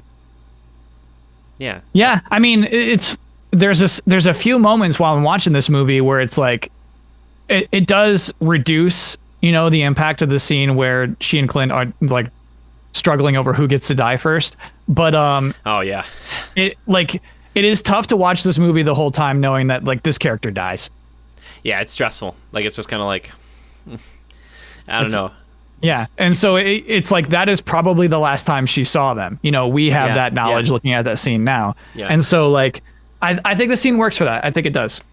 Yeah, and it does set up nicely that if someone were to go tell Yelena now that, you know, Natasha's gone, and anybody comes up to her and says like, hey, you miss her? This is the person who did it. And it's just like, oh, trained assassin who like is pretty connected to this person now. It's like, cool, I guess I know what I'm doing today. Like, you know, over the next couple of weeks, I'm going after this individual with yeah, but also nobody believes she's gonna go kill Hawkeye. Yeah, that would be incredible if she showed up on that show, like the Hawkeye show, and just there's no conversation, and she just kills Hawkeye. It's like the third episode. Like, Kate's just learning how to do these cool trick shots, and she shows up one day and just Clint's in the barn with a sword through his chest, and it's like, oh my god. Like, see, that'd be. I wouldn't mind it. Yeah, that'd be amazing. Oh my gosh. You're welcome, Disney Plus. We're happy to write for you. I'm sure they're already done with it. But yeah, so that's kind of the end sequence there, and we get Julia Louis-Dreyfus, who is also on Falcon and Winter Soldier. Man, everybody's in the MCU. Like, when she showed up originally, I was like, oh wow. And I think it worked out. That could have been a scene they shot later on too, to kind of help tie into that, because I think it's a nice kind of nod to people who did watch Falcon and Winter Soldier recently. You're like, oh, okay, I see connective tissue here, you know, between this and that and Hawkeye now. Did you mind that scene? Did you like it? To be honest with you, I was expecting that scene. Oh, really? Because back when Julia Louis-Dreyfus appeared in Winter Soldier, that was the story. It was like, oh, well, this huge thing happened. The reason she's in this show is because she was going to be in the movie at the end of the movie. Okay. So like that was part of like the reporting on that. Gotcha. Yeah, because I'd heard that she was going to be in it too, like in Hawkeye, Yelena. I was like, oh, okay. So I definitely expected her to come in and try to recruit Yelena as like a new Black Widow, but I didn't see her targeting Hawkeye. But again, I think that is something where like if you're following casting, if you're in on news every day, that like you already knew that Yelena is going to be in the Hawkeye show. Sure. So like it's funny how like the more you care about this, the less you can possibly be surprised by. Right. Yeah. You'd be like, yep, that's gonna happen. That's gonna happen. Yep. And that's where I was talking about earlier. If this had come out sandwiched between Infinity War and Endgame, and you see that tombstone, there would have been articles. There would have been, is Natasha really dead? Like, you know, people would have been like, is it a fake? Was this from a different time? Like, if you look here, you can see that this flower was actually really popular in the 1980s. You know, like stuff like that. There would have been, people would have launched ships on this thing. But that's just not how it went. So, yeah, again, I don't know. Overall, I really enjoyed it, and I wanted to drop back just a second on Yelena. Some of the jokes she has, and kind of, I don't know if you call it deconstructing or basically just talking about really who Black Widow is, and having someone come up and kind of throw it in her face and be like, oh, you're not, you know, one of the strong Avengers. And, you know, Widow's like, what do you mean one of the strong ones? She's like, well, I don't think your space god really needs an ibuprofen after a fight. It's just like, oh, or the whole like posing thing, the kind of like the superhero landing, and like she tries it at one point and Yelena's like, oh my god, that was disgusting. Like, I kind of hate it. Like, she's not going to be that Widow if she does become the new Black Widow. Was that stuff, did that play for you? We're talking kind of about the deadpan earlier, but was it too much or was it just enough? It's a good way to make her different. Yeah. It's a good way to make it like Black Widow's sister is just like Black Widow would be totally boring, right? So she's a nice juxtaposition. Yeah, she's a nice reflection of Black Widow. Yeah. Well, and also too, you know, now that we're talking about that she had such a strong relationship with her, maybe obviously that's going to be playing a part in Hawkeye, where she's not going to kill him right away because they're going to need to talk about their relationships with Natasha or Natalie or whatever you want to call it. You know, it's like, so they'll be like I knew her for this period of time, like I knew her this period of time. Which I think will be interesting. And maybe I'll still get my Budapest sequence in Hawkeye. I don't know why I want it so badly. They just talked about it so much. It's so funny. It's one of those things, I swear to you, is better unseen. Probably, yeah. The more little clues you can give about it, like what are those holes? Those are arrow holes. Great. That's a nice little fun clue. Yep. But oh, you're right. Yeah. It's like Solo. It's like if you show what the Kessel Run is, it's like that. Oh, that sucked. That was the Kessel Run? Yeah. Yeah, dude. There's a space monster. Oh, okay. Han never talked about that. He's like, there's a black hole and a space monster. So like, I don't know what to tell you guys. It was a crazy day. Yeah, I feel like referencing old. It's like an Indiana Jones style thing. It's like just like referencing old things that you'll never show. Actually, I think can be kind of powerful.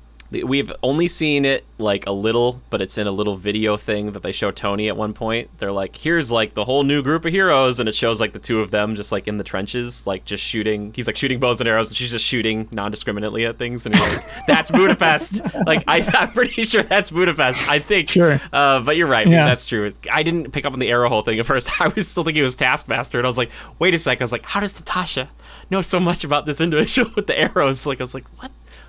Like, okay. Anyway, thank you for pointing that out to me. Yeah, I really thought she stole the show, but I liked the whole cast. I thought it was really solid, and it's a good MCU movie. If you really like Winter Soldier, I think you're going to get a kick out of it. One of the co-writers was from Thor Ragnarok, so that's where probably some of the jokes came from. Sure. So if you get that vibe, there's a bit of that. There's a little Natasha yelling up at the helicopter, which I was like, I didn't think Widow would just stand in the middle of gunfire and be like, what are you doing up there? I was like, get down. Like, you're going to get shot, Widow. Yeah. Oh, also, I want to point something else out, too. One of the biggest issues that any Widow has, or any normal person has, is later on when Natasha's, I think she's shooting all the other Widows with, like, her electric sting, you know, from a distance. Oh, yeah, she does like 8 of those in a row. Yeah, I was like, they still have not found a way in the Red Room program to get around a projectile. Like, they just... That they created, apparently. Yeah, exactly. I was just like, oh, man, I was like, dang, so, like, these Widows, like, we've trained them for years, like, what happened? Like, they got shot.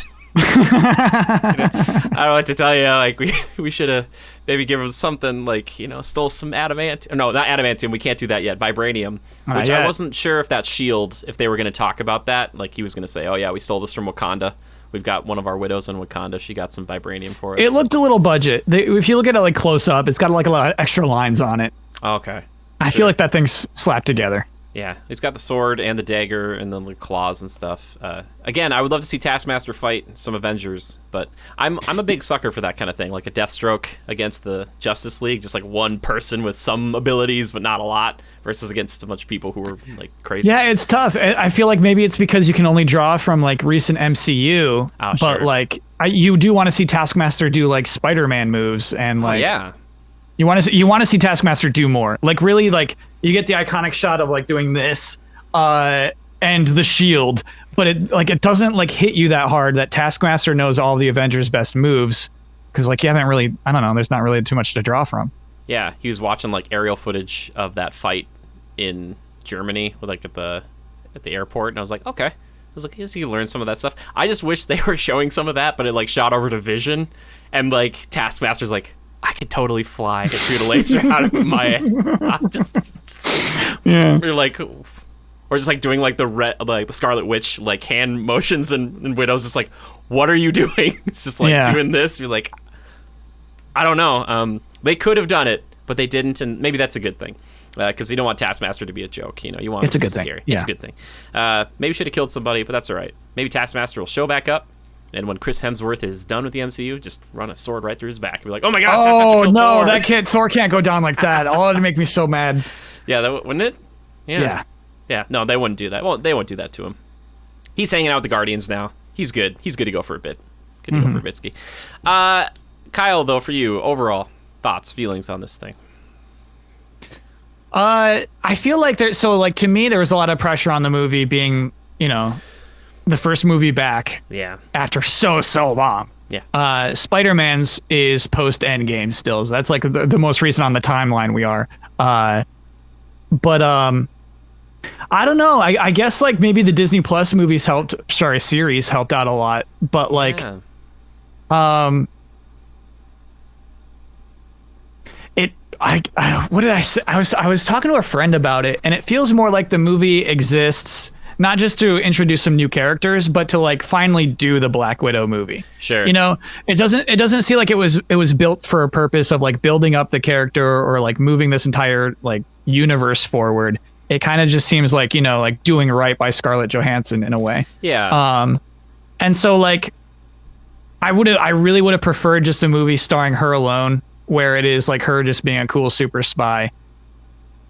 Like the intro is like silhouettes of like naked dudes. It's like the opposite of James Bond. It's just a bunch of like naked dude silhouettes. Yeah. And like it's just about Black Widow being James Bond, just going around the world solving one problem.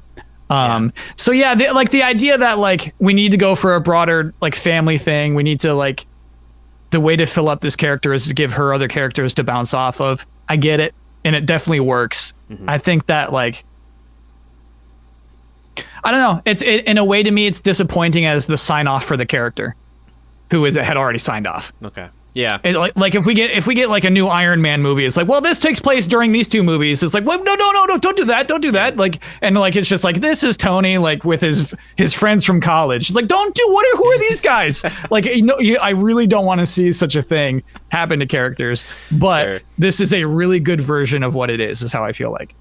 Yeah, and it's kind of in this weird, almost impossible task, if you will, that it has to, you know, do all of these things while being in the middle of something, and it has to have an event in it, a major event that happens in a lot of these films that is just never talked about, never touched on, and is just not something that any character involved will talk about. Like, you know, Thunderbolt Ross isn't going to be like, yes, I remember that time that I helped Natasha out after she destroyed the Black Room, you know, floating fortress or whatever, like, and we captured her. You know, like, that's not going to happen. Like, it's just not, probably not anyway. It might, man. Do you think? It's a mysterious fade to black. That's true. Yeah, because we don't know that 2 weeks, man. You want to know. She got the hair changed, and then she's out again. Maybe there's more. Maybe this is just the beginning. There's a whole saga within the saga, man. What if that was the thing, you know? I wouldn't put it past them. They're like, all right, here we go. We got more story to tell. Like, I'm ready for more.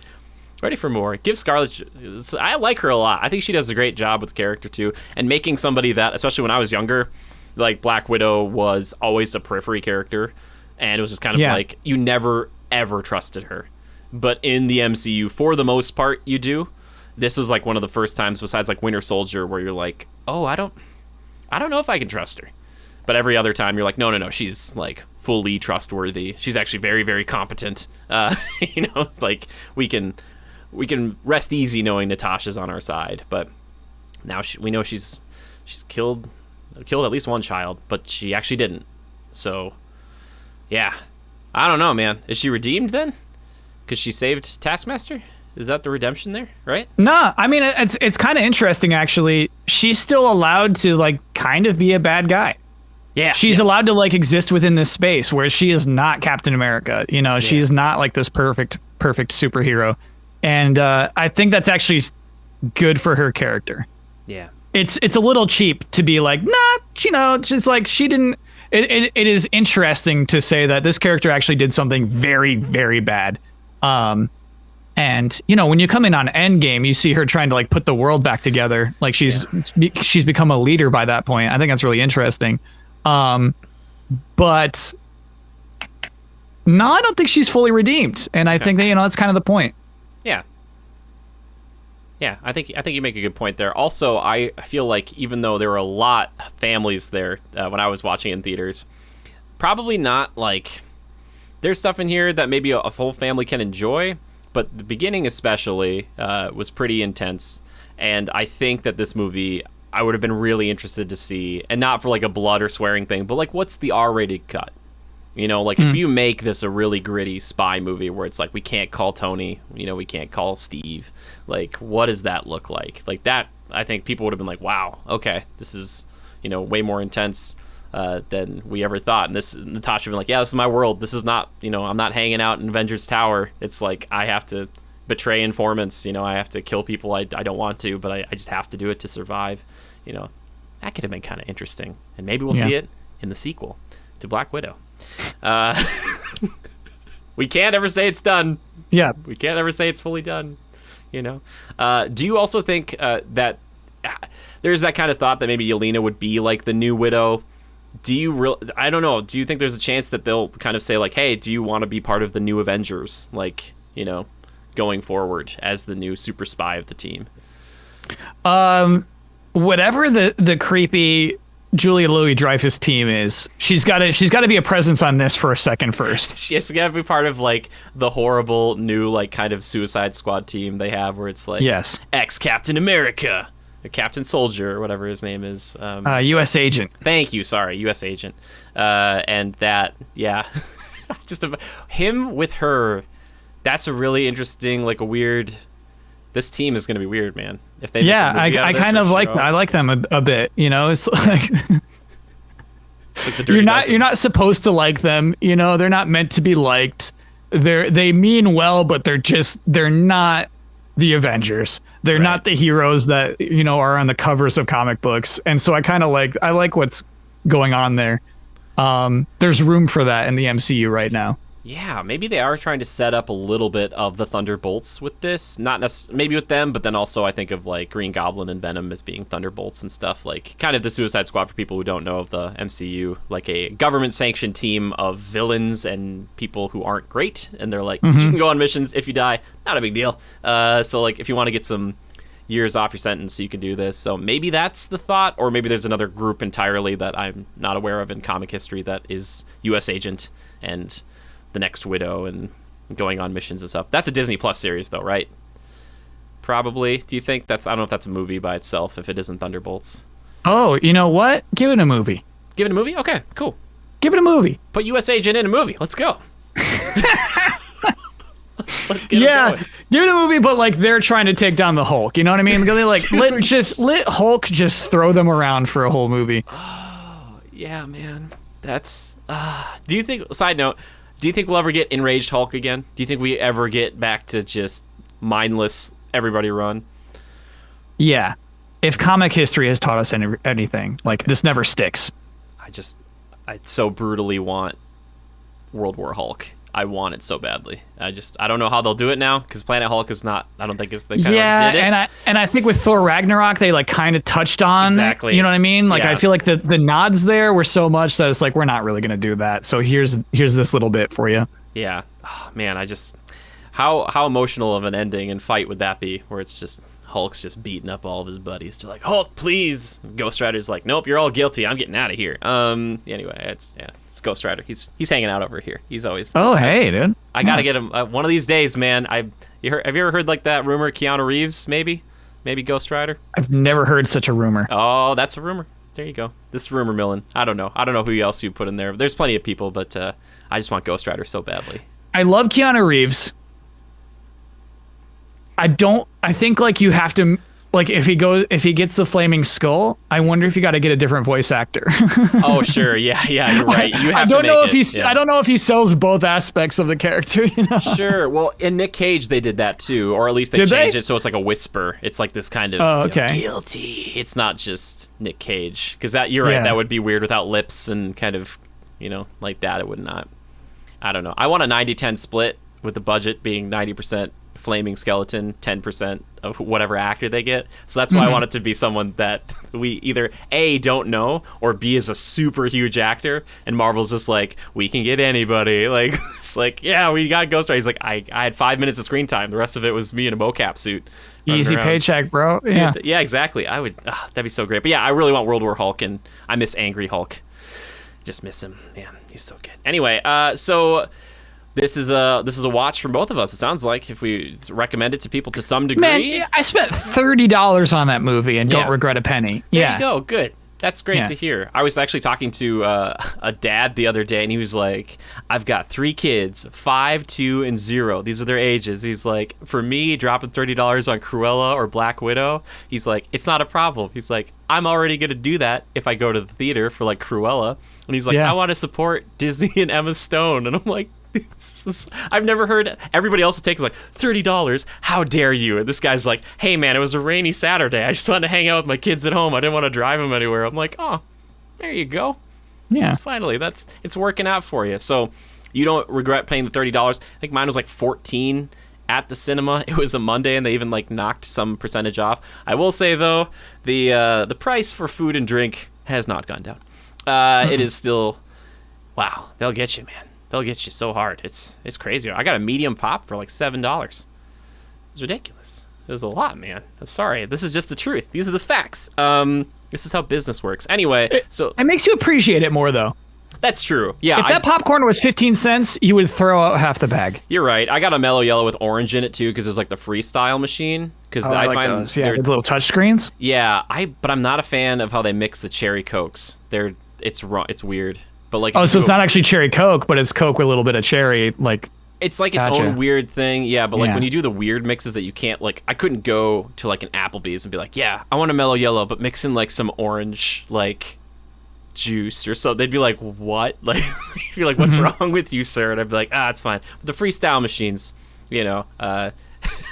I'm not even gonna go on my tangent here. Anyway, so yes, I would say definitely go see it, especially if you're into the Marvel stuff, which you probably will. And for me, I'll say I felt pretty safe there. I went to AMC. They had a bunch of like hand sanitizer everywhere, and I don't know if they were socially distancing the seats. It seemed like they were, because there was like a row I was sitting in was like dead center, and there was like nobody sitting closer to me when clearly they could have bought seats that were closer. So I think they are distancing out the seats still. So if that's Cool. a consideration for you, consider it. Anyway, well, there you go, Kyle. That's it for our Black Widow talk. Thor Ragnarok, Black Widow. Can't wait for World War Hulk to be the next Marvel film. Wouldn't that be great if that was the next one? They just didn't tell anybody about it. Ruffalo's just been real quiet. They're just like, get in here. Come on, dude. Just make it. that'd be great. That'd be so We all great. want it. We all want it, man. Right? All right, we are going to start going into the ending of the show here with the next segment that I like to call, that you like to call, we all like to call Time Killers. That's right. It's time for Time Killers. Kyle, what have you been killing time with insofar as games, movies, TV, besides Black Widow, besides analyzing it, watching it 4 or 5 times over? Which, by the way, when you rent this thing, you have it forever as part of your Disney I Plus. bought that thing. Yeah. Yeah, so it's like you have it now. Yeah. Okay.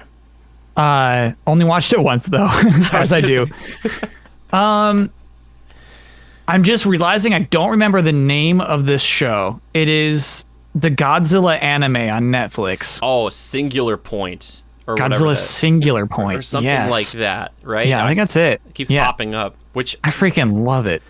I feel freaking like love it. Have we talked about Godzilla stuff in the past? Because I feel like you're the person I told you this. Was like, I've never seen any of these, but I feel like every time it's just like some dude in a trailer who's like, Godzilla killed my parents, and he's like, curse you, Godzilla! And he's like in a fighter jet, and Godzilla's like, I don't know you. Like, he's like, I just kill indiscriminately. Anyway. Okay, I'm 7 episodes in. Don't even worry about that. Okay, cool. Sweet. That's not even what this is about. Sweet. I freaking love it. So it's an anime series, and you have so much to pull from, so many like Godzilla creatures and things to pull from, and so it's like, let's just do like a lot of them. Let's just do all of these. Yeah. Let's try them together with like, I love pseudoscience. I love sci-fi that like pretends it's making sense. Sure. Yeah. You know, I love just like, I don't know, like this poem, and you'll overlap these numbers on top of each other, and it matches up with this music. That means that we're using like there's numbers coming in from the future. So stuff like that. I love that kind of thing tied into almost a realistic depiction of how a society today, with our cell phones, with just constant internet, constant noise happening, would react to a Godzilla situation, a kaiju situation. Mm-hmm. And I freaking love it, man. The characters are great. The animation is absurdly good. Except for every creature is CG. That's a bummer, but it is what it is. Oh, sure. That bums me out when I see like a show that I'm really excited about, and then that pops up. You're like, okay. Yeah. I get why you do it. I really do. It just hurts me. It hurts my heart. Yeah. There are things I know I would love more, but those humans are hand drawn. They look great. Cool. Excellent. Highly recommend Godzilla Singular Point. Is that, yeah, I think that's what it is. I could be wrong on that. I'm so sorry if that's You do yours. I'm going to Google the name of that show. Okay, cool. I was going to, while you're Googling that, please think of this too. What's your favorite kaiju besides Godzilla? Do you have any favorites? I'm a Gigan guy, or Gigan, depends on how you say it, like, or who you talk to. I guess just King Ghidorah. King Ghidorah's great, man. Yeah, I guess if I had to pick one, it's King Ghidorah. Singular Point is the name of the show. Okay, excellent. Yes. Cool, man. That's great. For me, let's see. I started watching, I haven't watched the second episode yet, of Monsters at Work, which is a really interesting kind of weird show that is following up on Monsters Incorporated, which to me is one of the best Pixar films of all time. I think it's one of the most creative. I love the idea of just saying, like, what if there were monsters in your closet, and what if there was a world on the other side of that? Like, it has like almost like a Chronicles of Narnia vibe to it now that I think about like Lion, Witch in the Wardrobe. But they did Monsters University, which is a prequel, and they've done a few shorts and things here and there. But this is like an actual, honest to goodness, the day after what happened at Monsters Inc. And it kind of focuses on Mike and Sully, but it's more about like this other crew of people who are like the engineers, or like the people who are trying to keep the place up and running, and focuses on this main character who people would know as Jonah from Superstore, but he graduates from Monsters University. He's going to be a scarer. He's like a great scarer. He actually even did better on the little trial situation in school than James P. Sullivan. And it's like, oh my gosh, this guy's incredible. So he's going to go there, but as he's walking in the front doors, they're like ripping everything down. It's like, we're not doing scaring anymore. It's laughter. We're doing laughter. We're after, we're doing jokes and stuff. So it's going to be his story of learning to deal with, like, I have to be a jokester now. And it's I feel like more people know him as Mad Men meme guy. Oh, really? Okay, sure. For the I don't even know you. Gotcha. But also, I still don't know that actor's actual name. I know Jonah from Superstore. Yeah. I feel bad. I should know it. But anyway, so he's the main voice, and then Mindy Kaling is the other monster, who is the kind of the joke there is that she went to university too. She dropped out after a semester. She did a bunch of stuff, and she ended up in this place, and they both ended up in the same spot. And the joke is that, like, she didn't have to go to college, but they ended up in the same, job situation. Is this week by week, or is this everything all at once? This is week by week, I believe. Okay. They dropped, I think, 1 or 2 together, and now they're going to do it week by week. I don't know if it's for 10, but they did thankfully get, you've got Billy Crystal back. You've got John Goodman back. They're not in it a ton yet, but I'm pretty sure... not Henry Cavill. I'm thinking of Henry Winkler. Henry Winkler, I think, is one of the main voices of the other monsters. That's kind of this kind of other group that hangs out in the basement and has to deal with all the pipes and things and keeping things fixed. And is Randall dead? No, Randall's, I think, imprisoned. Okay. I think he's imprisoned, right? No, did they leave him somewhere? Where did they put him? They put him somewhere, didn't they? So, like, Kingdom Hearts 3 takes place after Monsters Inc. And Randall's around, but Yeah, like right. Kingdom Hearts 3 is obviously not canon, but it does take place after those sequences have happened. Yes. So Randall hasn't shown up yet, and Waternoose has been imprisoned.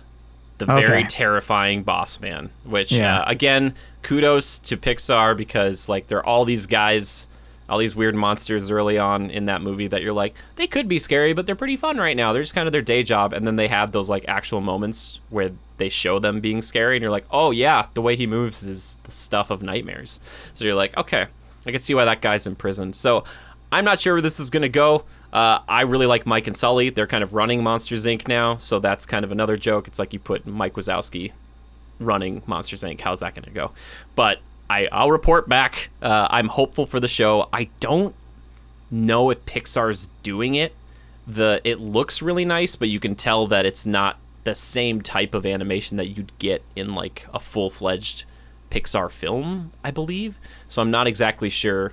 That's interesting to think about, because for so long there's been Disney series, like Hercules the series. Yeah, you know? right? Yeah. But for this to happen to a Pixar movie is actually kind of fun. Yeah, totally. So I'm cautiously optimistic about it. But again, I'm just happy that they got like John Goodman and Billy Crystal back for, even if they're small roles. It's just cool to hear them back playing those characters, because you're like, okay, yeah. So yeah, there's that Monsters at Work.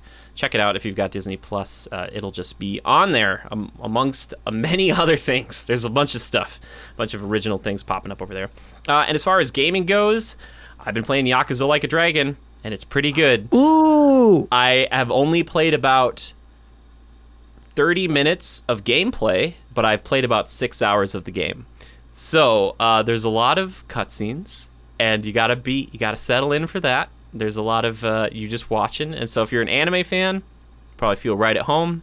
Like it's kind of like an anime you get to play once in a while, is what I've been telling people. Because I've been streaming a lot of this, and it's a lot of just me like I could put the controller down. I had my controller turn off at one point.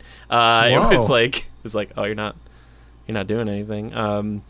So yeah, it was one of those types of situations. But it's interesting to hear you say that, because I played it a few months ago, and my memories of it, my resounding memories of it are like playing the game. Yeah. So it's funny to hear that in 6 hours you've only played it for 30. And maybe that's an exaggeration, but it has not been a ton, or at least maybe the other thing is too, when they give you the chance to do free roaming, I didn't partake in every little mini game. I just was I do one or two things, and then I'd go to the next mission, and then that would be obviously a cutscene. It'd be cue a cutscene. You're like, okay. But it's really cool. I enjoy it, and I love the love that it has for Dragon Quest. If you like old school RPGs, it is, dressed like a Yakuza game, but it is very much that. Even when you get party members, they do the whole, like, they stand in front of the screen and they put a little, like, doodle-doodle-doo, like, you're like, oh, they joined my party. So, yeah, you really got to be in for that, because if you're looking for classic Yakuza games, you're going to have to look at Judgment and Lost Judgment and stuff that's coming up for that. Let me ask you this, then. When you first had the opportunity to do the can mini game where you got your shopping cart and you're filling it with cans. Mm-hmm. Did you maximize that, or did you do it once, you did your lap, and then you're like, I'm good? Okay, I did it once because they were talking about like the time limit. So I was like, oh, okay, I should do that and do it and get back immediately, because that's going to get me the most points. Because the way they worded it sounded like I needed to finish it quickly, even though I still had like a minute and 46 seconds left. So I was like, done. And then they're like, you got a C rank. And I was like, wait a sec. You told me that it's better to be back early with cans than like be back late with a ton of cans. And then I was like, all right. And I was asking somebody in chat, I was like, is it worth doing it? And he was like, well, there's this weapon you can get, but it's going to take you a long time to do it. And I was like, I'll come back. So that's what I freaking love. I love when an RPG will let you grind a minigame to get a weapon that will be very good. Sure. I love that to death. Yeah. I did it. I was grinding that game, getting S's and like just optimizing my paths and everything. And I freaking love that freedom. I love that they just like let you do it if you want. Yeah, totally. You got that elegant pouch? Is that what you got? Yeah. Nice. That's what. No, I actually didn't get the elegant pouch though. I saved up enough, I think, but then I'm like, I don't need this. I got. I think some of the books. I think you get some good books from that store. Oh, cool. And those help with like stats and stuff. And then also you're gonna want to get. There are quest items in that store as well. Oh, okay. That guy sells some good trash. That's actually valuable trash for accomplishing some quests. Okay. Cool. Good to know. Have you beaten Yakuza Like a Dragon, or are you still working Yes. through it? Okay. Yeah. Okay. Nice. That game is a time killer. Yeah. Right. That belongs in this segment. I played so much of that game. Yeah, and again, maybe later on it just has a longer opening where there's a lot of cutscenes, and they take a long time to talk about things. I was talking about this while I was streaming the other day. I was like, a lot of these conversations in the West, if this is Grand Theft Auto or a Ubisoft game, these conversations would be happening while you're driving a car, while you're on horseback, but the characters will like do a regular cutscene, and then it will go to just like a reverse shot between them just like saying the same thing or just getting like to the meat of it, and you're like, okay, and like, but again, oh, you know what? I'm realizing a major difference between the way you and I must have played this. I was listening to the Japanese VO, but like skipping ahead after I finished reading that sentence. Oh, and I assume you, with a live audience, you have to let each scene play out as it is. Letting it play out, baby. Yep. I can see a big difference there for sure. Because I was like, some of that stuff, I was like, I think I get the main point, and I was like reading the dialogue back and forth. I'm like, yep, didn't really say anything else that I needed to know. It's like, okay, like, but yeah. So maybe if I played it, by myself, I could be like, okay, we're going through this. But I've heard the dub is really good for that game too. I haven't tried it, but because I was like, if I stream this game and I'm not doing subtitles, people will be like, how dare you? Do you even like Japanese games? I'll be like, yes, I do. Please don't be angry at me. We don't need those comments. Yeah, we don't need them. I just want to get engrossed in the story. But yeah, so that's kind of what I've been killing time with. So yeah, again, that game, I don't know. It's on Game Pass, and that's what Microsoft wants, man. They're like, oh, you really like this long RPG? You keep Game Pass forever. Then it's like, maybe you're right. You're right, Phil. You got me. It's the crazy deals. I think they're gonna pay me at some point. That's how crazy Game Pass is getting, man. Oh my gosh, it's ridiculous. Anyway, but yeah. So if you've never tried out Yakuza games before, that is a different one comparatively to the others. But if you have Xbox Game Pass, they're like all on there, like, or a good chunk of them are. So you can go just jump in. Try them out. It's like streaming like a movie and watching the first 5 minutes. If you like it, great. If not, you'd be like, I'm out. So yeah, that's really cool. Anyway, we're going to move into the final segment of the show. It's my personal favorite, Kyle. It's community feedback and questions. Kyle, I told people you were coming on the show. People were stoked. Not a surprise. Not a surprise at all. So I wanted to talk to you about this because you did bring it up earlier, but this one comes in, first off, via Twitter. This comes in from at J Hunter Pearson.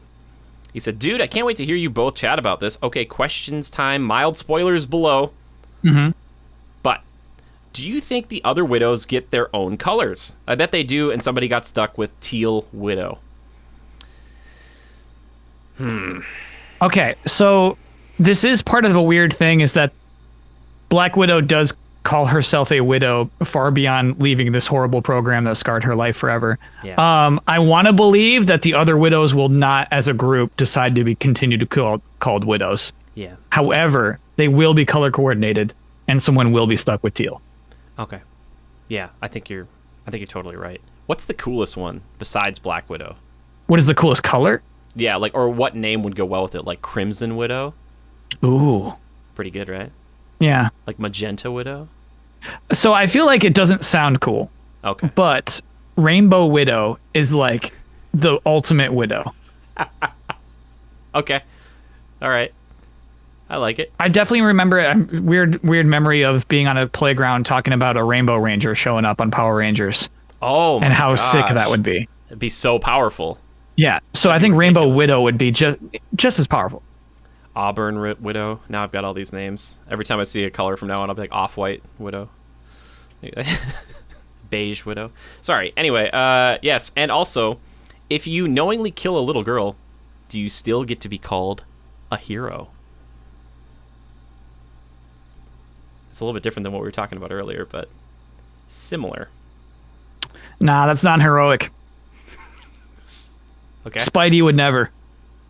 I know, but she also killed herself to save half of everybody. Does that help? Yeah, think of how many like bad guys in all of time where it made like a sudden change at the end. Like, oh, I'll kill myself. I'll take the fall here. Like I feel like yeah, exactly. So I feel like to be a hero, there you have these high expectations on you, great responsibilities, and so like I feel like Black Widow's a great character. I'm like happy they didn't go soft on her, but like if you want that hero status, you don't get to blow up a little girl knowingly.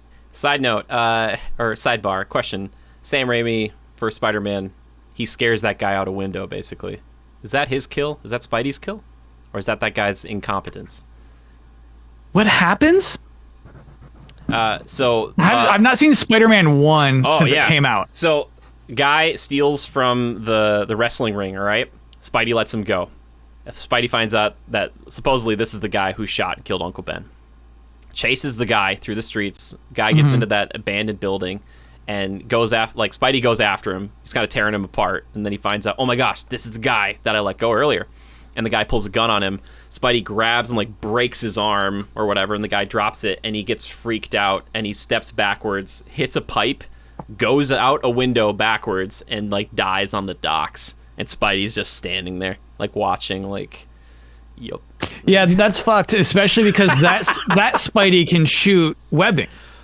At this point, yes, that's true, because he does have it. He hasn't learned. Yeah, he actually, because he was swinging through the streets. Yeah. Yeah. No, he absolutely could have said, yeah. So Sam Raimi Spidey is a villain, as proven in Spider-Man 3. Yeah, he's like, good riddance. Yeah, cheating on his girlfriend. Like, it's obvious at that point that, like, that Spider-Man is no hero. Oh my gosh. I suppose you're right. I still, whipping a grenade at your buddy's face, or a pumpkin bomb. You're like, you threw that at me? I was back at you, bud. Like...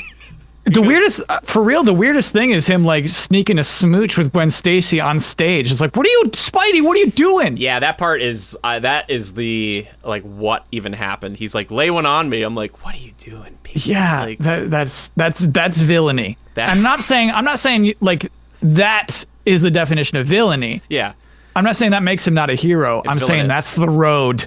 Yeah, that's the road. That's the frame of mind. Yeah. You know what he would do. Yeah, man. That's what the Venom symbiote is looking for. It's yeah, like looking exactly. for somebody like that, you know? Yeah. Like the type of person who'd go to a church and be like, God, please kill Peter Parker. I remember seeing that trailer. Yeah. So Raimi Spidey is irredeemable. Raimi Spidey is irredeemable, not a hero as well. Tom Holland hasn't done anything like that yet. No, he's a true good boy. He's a true good boy. He's a very good boy. Like, he is very sweet and endearing. He just wants to maybe buy MJ a little black Delilah or whatever it is, like the little. It's like, oh, what a nice. I think guy. Andrew Garfield is like a pretty sweet good boy Spidey. I was thinking about. Oh no, he's not. He's a bad guy. What happens? End of Spider-Man 1. So Gwen Stacy's dead dad, like he's dying, but he's like, whatever you do, stay away from my daughter, because a life with you is gonna get her killed. And so there's like a week or two period, and they're sitting. It's like this sad. There's the funeral, and they're like sitting in class, and he like leans up behind her because he's sitting in the desk behind her, and they're talking about like breaking rules, and he's like, you know, but those are the best rules to break, or the ones you're not supposed to. Ew. Oh God. So you know he's into it a little bit at the same time. And then later on you see his ghost, the dead dad's ghost, in Amazing Spider-Man 2 right before the Green Goblin like shows up to kill Gwen Stacy, and it's like, oh my gosh. Like, so maybe kind of bad because he didn't. No, that's villainous too. That's frankly villainous. Right? Like, I don't know. Maybe that's part of Spidey is he's like, I'm a good guy, but Tom Holland's version has not committed any real bad acts yet that we know of, right? Yeah. No, nothing bad like that. Great question. Spurred a lot of thought there. We love talking about Spider-Man. This one comes in from @ZoraCaviar. Question for Kyle. Okay, let me see if I can get this name right. Can genomsters breed? Did I get that name right? Genomster? Yeah. It's like genome and monster put together. Genomster. Yeah. If so, do they produce eggs out of thin air as if by magic, like a Pokemon? Or do they, ellipses, donut, hot dog, eyes? I don't know. I'm just reading the tweet. Oh, donut, hot, I see. No. So basically, no two genomsters have compatible genitalia. Oh. Okay. So, now we know. They cannot breed. Yeah. They cannot breed. This one comes in from Misslemate. She just wants to know, you've been playing Bugs Bunny Lost in Time currently. I have. I just finished it yesterday. Have you any more or less respect for Bugs now? For Bugs Bunny? No. No. I feel like, I don't know, what could Bugs Bunny do in a video game? Because that's not Bugs Bunny. That's, that's like, it's like Bugs Bunny on an ice cream pop. It's like, do you like this Bugs Bunny? Like, that's not Bugs Bunny. Sure. Like, Bugs Bunny being a good popsicle doesn't make Bugs Bunny redeemable. Okay. So Bugs Bunny being in a good video game does not make me like Bugs Bunny more. Gotcha. Side note, I finally saw the Space Jam, is it Legacy 2? Space Jam 2 trailer in front of Black Widow the other day. I hadn't seen this yet. I don't know if you've seen the trailer for this. I've not seen the trailer, no. I wasn't sure what to expect. I like the original Space Jam. I have no idea here. It's weird to see the tunes. I'm not going to ruin it for you. You could see it if you want to. Are you a Space Jam fan? It's weird to see the tunes. Yeah. You didn't even have to finish the sentence. It's weird to see the tunes. Yeah. I loved Space Jam when it came out. I loved Looney Tunes at the time. At some point, their lack of sincerity wore thin for me. Okay. I need like honest to goodness sweeties. Yeah. And the Looney Tunes are not that. They have no heart. They're just there to entertain, and they're just very snarky and cynical. Sure. Like the new Mickey Mouse cartoon shorts, Mickey's very sincere. Like he tries really hard, even if he doesn't always do. Sometimes it gets bad. But anyway, my favorite joke. You ever blow up a little girl? Not that I know of yet. Okay. But maybe. Should that be Bugs Bunny would. Bugs Bunny would. Bugs Bunny would. I fucking killed her. It's like, what did you Bugs Bunny? Why? And he'd be so proud of himself. For sure he would. This is the difference. That's the difference to me. Why do you like Bugs Bunny now because of that video game? No, I don't. No. It's amazing. Side note, Space Jam, my favorite joke in there is when the Monstars, who they're playing against, have scored so many points, the scoreboard just says, it's pretty one-sided, isn't it? And you're just like, oh, that's fun. Like, even the scoreboard's like, we're just kind of done here, aren't we? And you're like, oh. But then they come back. They do come back. This is what I'm talking about. Yeah. This world has no logic. You know what? I'm a typical villain in the Looney Tunes universe. You know what I mean? Drop me in and Bugs Bunny will shred me to pieces. I'm irritated that the scoreboard would say such a thing. I'll say this much. I did not know who the villain was for this movie, and when I saw who it was, I was like, wait, that's who the villain is? I never, ever would have guessed that it's this person. I was like, yeah, but why? And I'm already like concocting like, how are they tied into the original Space Jam? I'm like, what's the story here? Don't just start to do that for Looney Tunes. I'm sorry. They do not do timelines. They make a mockery of timelines. Don't do that to yourself. Just the image of Bugs, just being proud. Oh my gosh. Anyway, sorry. This one comes in from @Macareka. Says, just easy. What's been your favorite game which was released this year so far? Pretty simple. Okay, I can go first on this one. Yeah, please do. Monster Hunter Rise for me. Really? And Ratchet and Clank is really close, but at the end, after I finish them both, it's Monster Hunter Rise for me. Dang. What did you main in Monster Hunter Rise as a weapon? Oh, only heavy gun the whole time. Heavy bow gun? You're a heavy bow gun guy? Yeah. You're a professional. Yeah. Oh my gosh, that's amazing. Or at least that's what it was in Monster Hunter World. You'd see like these videos. People said it was hard to start, and for sure, but it's also like kind of brain dead because you only have 2 jobs, and so you just master your 2 jobs and you get good at it. Is it making ammo and shooting your gun? I don't even make ammo. I just shoot the gun. Shoot the gun and dodge. Those are my 2 jobs. If something's coming, run away and roll away, and then if not, shoot. That's the flow chart. That's amazing. That's your job description. You're just like, here it is. Man, I still haven't seen that Monster Hunter movie. I would just like to think it's like, here's the way of the blade, and here are like the dual blades, and here's the insect glaive, and there's some guns over there if you want. You're like, yeah, I'll take the guns. Yeah, I'll take them.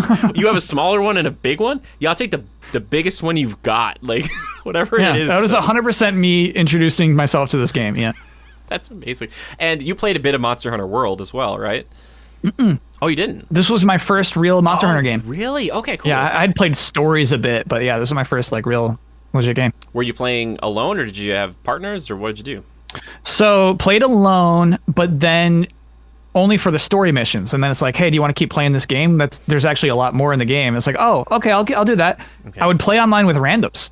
I would set up a thing, and then randoms would hop online with me, and they would all be incredible. Oh my they would carry me gosh. through every level, and so it'd be really fun to play that game with randoms. Yep, I was doing the same with World, and the people who are still playing it usually are that way, and they'll come in, Mm-hmm. and I won't even understand their names because it'll be in kanji or something, and I'm like, oh, these guys are going to be good. But what I found to be super fun, and if you ever get to this point, let me know, but I like to flex, and so now I just go scoping out for people who are doing like the first or one of the first like 10 missions, and I go and I like 5-shot the monster, and then I kabuki away.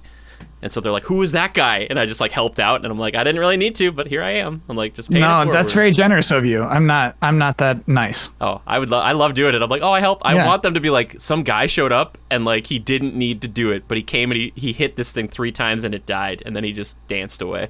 And he didn't even carve it. He was just like, like, enjoy your time in Monster Hunter, everybody. Like, Yeah, that's pretty cool. yeah, man, Monster Hunter. Are you gonna get stories too?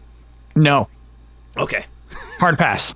not. I don't like interested. that combat system. The combat is basically choose one of 3 colors, choose rock, paper, or scissors. Oh, really? Okay. Yeah. And so it's turn-based RPG, which normal that's not like a downside for me normally. Sure. Like Yakuza's turn-based. Yeah. But in this case, just way too brain dead.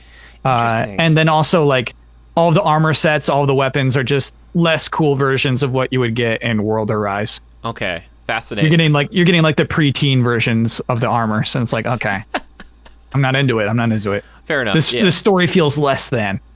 Yeah, I was interested. I haven't tried the demo yet because I've heard that like the combat becomes more complex later on. But again, I can't say yay or nay because I haven't tried it. I was just like, oh, interesting. It's got that Pokemon vibe to it, which to me, I just have fallen in love with the monsters, and I really think monster taming is coming to the next Monster Hunter World or whatever it will be called, Monster Hunter World 2 Universe, whatever else. But I just want to summon Nergigante to come in and just rip somebody's face off, man. It'd be so good. It'd be like, dope. So wait, did you play Rise? I haven't played Rise. No, I actually played the okay. demo for Rise, or the beta, or whatever it was. After coming off of World, I just didn't personally feel like I needed to do it. Like, I get that. It doesn't feel like an escalation over World. yeah, I liked Yeah. the wire bug stuff was cool, and riding the monsters I thought was really neat, but the rest of it, and a lot of people were talking about this, that like they kind of did like 50, 60 hours, which is a lot for a game, but usually Monster Hunter games are super gripping, and you're like, I'm in it for 2, 3, 4. I'm on like 600 hours with Iceborne, and I never do that with games. Sure. But coming into this, I was like, oh, this is nice, but I'm digging World, and World got a little bit of a bump when it went to the Series X, and everything was like so smooth. I was like, oh my gosh.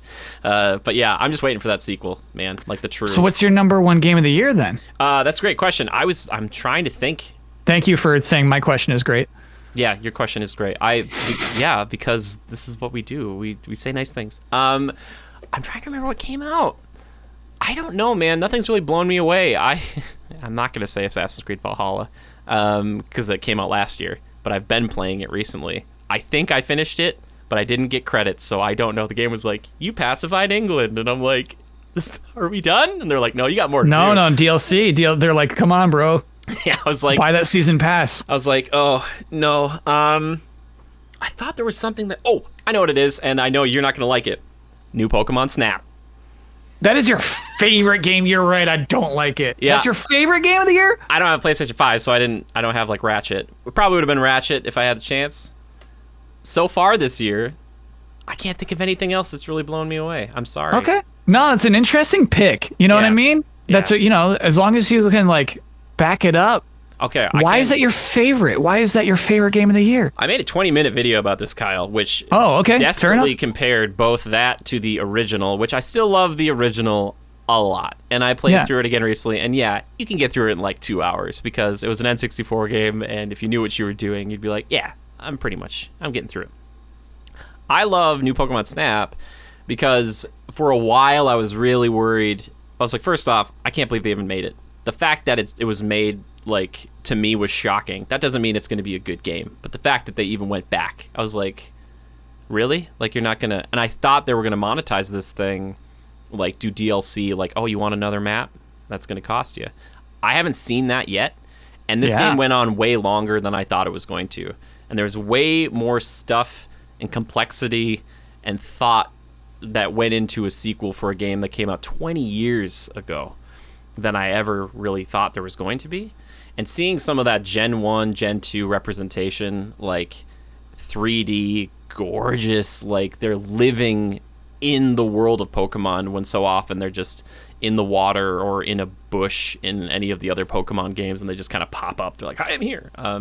Like it's just, I don't know, it's just so cool to see that, and just a beautiful world, a chill game, and something that you can just kind of keep going back to, and stuff that I never would have thought to try to get like legendaries to show up.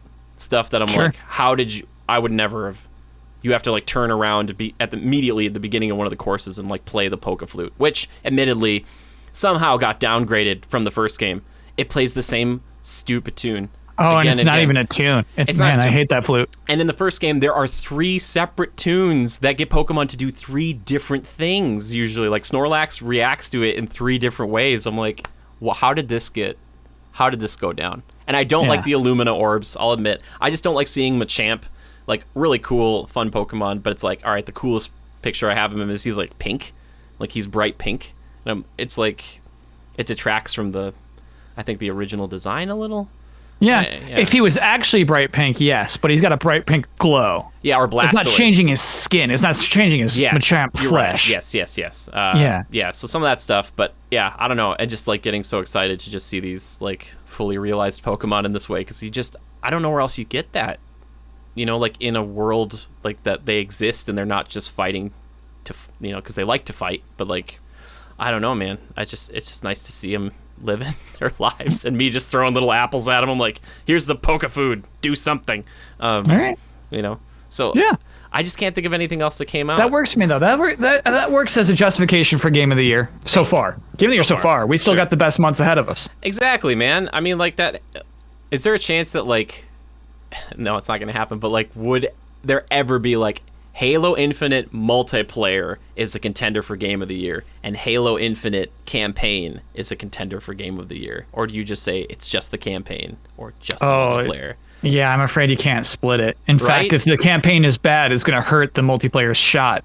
Right? So it's weird, man. It's weird days. EGM, Electronic Gaming Monthly, used to do separate reviews for Halo 2. They would do multiplayer and campaign as separate reviews. Oh, I like it.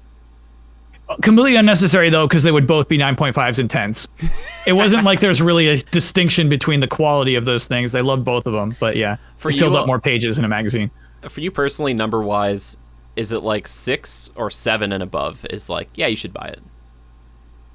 Like, do you ever... No. Is there anything like that for you? Or is there any number, or does it have to be a 9? There's a lot of 9s I will happily skip. Okay, fair enough. It's just whatever speaks to you. Yeah, exactly. Yeah. There's a lot of 9s I simply don't trust. I kind of dropped scores because it's like I say all this and then it's just like, but what's the number, dude? And I'm like, well, my 9 is different than your 9, you know what I mean? At the end of the day, it's like, if I give new Pokemon Snap, I'm flipping 10 out of 10. People will be like, what are you talking about? Yeah. Come on, man. I wouldn't give it that, by the way. I was trying to think of what else came out, man. Did anything else? I mean, obviously Ratchet and Clank, but... no, I mean, we're still feeling COVID. It's still a slow year for sure. Yeah. I just want to see some God of War, man. I know it's not coming this year. I know it's not coming for probably 2 years, but I just want to see a little bit of that game, baby. Horizon's looking good though. Right? You be in Horizon? Horizon Forbidden West? I'll be in. I'm not feeling confident it comes out this year. Yeah, no. Is it? They're cramming right now. Yeah. Did they say the end of this year? They said we want it out the end of this year, but we can't announce a release date yet because we're not sure we're going to hit it. I'm a huge fan of the new. It's been around for a while, but like early, they stopped doing quarters. They're just like early 2022, and I'm like, right. Like, yeah, right. I'm like, I wish they didn't feel the need to do it. Like they kind of have to. You got to kind of market your game, and I think of all the delays Cyberpunk had, and we're just like, let it cook, and it was just like, yeah, so sad. Anyway, let's finish up with one. I've actually got 2 last questions for you here. First question. This is from the J-Storm. He says, have you watched the Netflix sketch comedy series, I Think You Should Leave? Season 1, yes. Season 1, I love it to death. Season 2, I've not watched it yet. I've watched both because I just found it recently. They're like 6 episodes a piece, and they're only 17 minutes long. They're very consumable. Some of the sketches, do you feel like you need to watch these with other people, or do you feel like it's just as good by yourself? Like you're just kind of... I laugh a lot less by myself. Yeah, but I think so. I think I'm actually into sketch comedy, so like there's definitely like an appreciation for this stuff. But even as someone who does rarely laugh a little by myself, like, look, you're gonna laugh. Yeah. He's gonna get you. At some point. He's gonna get you at some point. Tim Robinson, I think, is the name of the guy. Which the he's actor. like almost every one of his sketches just devolves into him screaming and sticking on a point that he just will never give up. He's like. So the name of the show is I Think You Should Leave, and that's basically the premise of every sketch in a way. Yeah, that's true. It's very so true. good. It's really, really good. Yeah. Oh man, do you remember any of the sketches? Was there any standout ones for you? God, I don't remember why, but I freaking laughed so hard at the plumber commercial. Wait. And I forget the other name, like it's called like RR Tuggins, but it's like shirts that have a knob on them. Yes. TJ Tuggins. Okay, that might be TJ like Tuggins. Or yeah, something like that. So, yeah, that's it's like in the teen drama show. Like that guy's wearing one of those shirts. Mm-hmm. He's like telling the kids about it. It's like, why are we stuck on this? Oh God, I can't remember the simple even like basics of these premises, but like the woman on her phone who's just like going out of her way to sound sassy. It's just like it's to give you like a sketch premise that's like that, like a woman going out of her way to sound sassy on her cell phone and talk out loud on it. Like it's so funny to be at like something so particular instead of like it's like this celebrity on this TV show. Like, wouldn't that be wild? You know what I mean? It's just like, what if we just buckle in on this one simple, very stupid thing? Yeah, like very, very specific. Like, I don't even know how they came up with it. Also, have you seen Auntie Donna's Big Old House of Fun? No. Oh, there you go. That's Australian sketch. If the first thing doesn't make you laugh, like the rest of it's just not going to do it for you. But that first Auntie Donna. Auntie Donna. These guys, they're an Australian sketch comedy crew, and they teamed up with. Oh my gosh, he played Andrew Bernard on The Office. Ed Helms. He teamed up with them and helped make this thing a reality. So they have some like actual celebrities pop in here and there, but a lot of it's just like some of the stuff they've done in the past. So check out Auntie Donna's Big Old House of Fun. That first bit, everything's a drum. Just remember that. Okay. Other question from the J Storm says, Black Widow related question. Now that Black Widow's gone as the events of Endgame, how would you bring her back into the MCU after a long absence if you were tasked with coming up with a scenario that she is indeed alive? Oh. Just stands up on Vormir and is like, ouch. No. Whoops. Wouldn't be right. Ooh, no. Do we have any crazy healing powers? Like Hulk, kind of? Yeah, but you'd have to like go back into you can't go back there and recover that body to even heal it. But like, I feel like there'd have to be like some backup of her memory, like some digital backup. They put it in like they put him in one of those life model decoys. Yeah. Yeah, or put in like a robot, like Agents of S.H.I.E.L.D. style. Just like a Doombot, dude. Yeah. Oh, and she becomes self-aware. So there is one Doombot that has Black Widow inside of it. That's how I would do it. Infiltration. Yeah. She infiltrated AI. Do you believe Ultron's really gone? Nobody's really gone in the Marvel universe. There you go. Right answer. That's the correct answer. Also, Ultron comes back all the time. Yep. I just want him to pop up somewhere. I really do. Again, I'm not maybe not spouting the biblical stuff, but he's just like, I'm back. But great question. Okay, I've got a hardball and the game, and then we're done. So do you want the hardball? Yeah. What you said that. Sorry, the segment's called Questions and Commentary. I'm ready for a commentary. No, this is community feedback and questions. Community feedback. Yeah, yes. I'm ready for some feedback. I wanted people to give me their reviews of Black Widow, but I don't know if a lot of people went out and saw it right away. Okay. So that's why I was asking people to send their reviews. So that's the thing. But this one comes in from Mecha Rekka. And here you go. Are you ready? Okay. So it says, it's been a little over a year since you left the Allies. He says, you're curious that time away from the group. Have you found what you're looking for since you left? Because it's apparently you said, I'm looking for my life's main thing, something that demands my full potential. Yeah, I've not found that, no. Oh. No. Are you closer, though? No.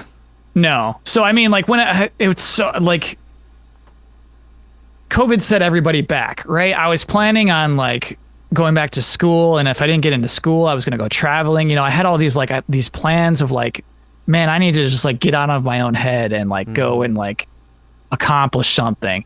And so like while what I'm doing now is absolutely an accomplishment, you know what I mean? Like running your own Twitch channel and, you know, doing your own Patreon and things like that. That is something, dude. That's something, but it's all familiar. It's all stuff I've done before.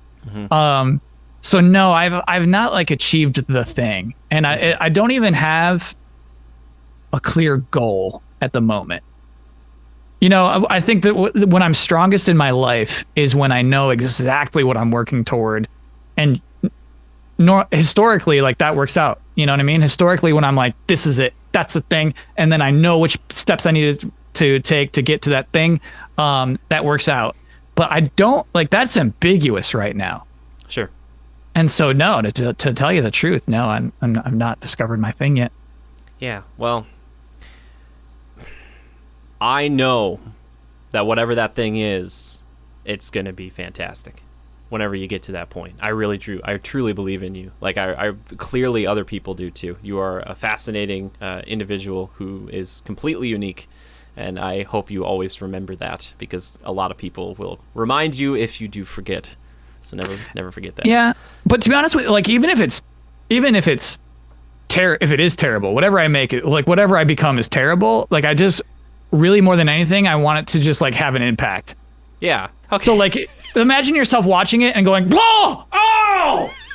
No!" Like even that would be something. You know what I mean? Yeah. So I don't think I've done anything that would give you that reaction, you know. And so like that I need what is that? What is going to make you do that? Okay. Huh. So is that I don't know. That's a great question. Yeah. How do you like I feel like, you know, obviously it's me projecting as somebody who becomes more unfeeling every single year, but I also like I get that sense from society. Okay. I get the sense from society that we're just moving on from things faster. Yeah. We're like accepting things faster. Things mean less to us more and more. Just like nothing means a thing. It all washes off. And so like, I guess like how do we find meaning? How do we like shake people today and in the future?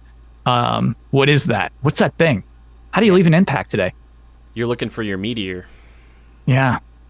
Yeah. Yeah. Well, that's a great question. Hey, I'm doing the same thing. And that's the hard part. And if you're a creative type, that's kind of what it's more important than fame or money or anything like that, because that's at the end of the day, that's going to mean more to you, and that's going to be lasting. It's not something you take with you, but something you leave behind. But I can say this much. I probably wouldn't be here doing this right now with you had you not done your shows all the way back in the day. So you made an impact. You made an impact on my life. Hell yeah. So, yeah, man, you really have. Cool. And on many others. And when you started doing your show like this again, I know so many people were like, it's like, oh my God. So there's that excitement because you connect with people. Even if it isn't something that they completely gel with, they can respect it. And that respect is connection, you know? Sure. So, yeah, I hear you. Exactly. So you've already started making an impact, even if you don't know it. If that helps. For real. Hell yeah. Mm-hmm. So to wrap this show up on a lighter note, I have a game for you, sir. Okay. Which I don't normally do this, but I was like, it's a special occasion, and it's going to be fun.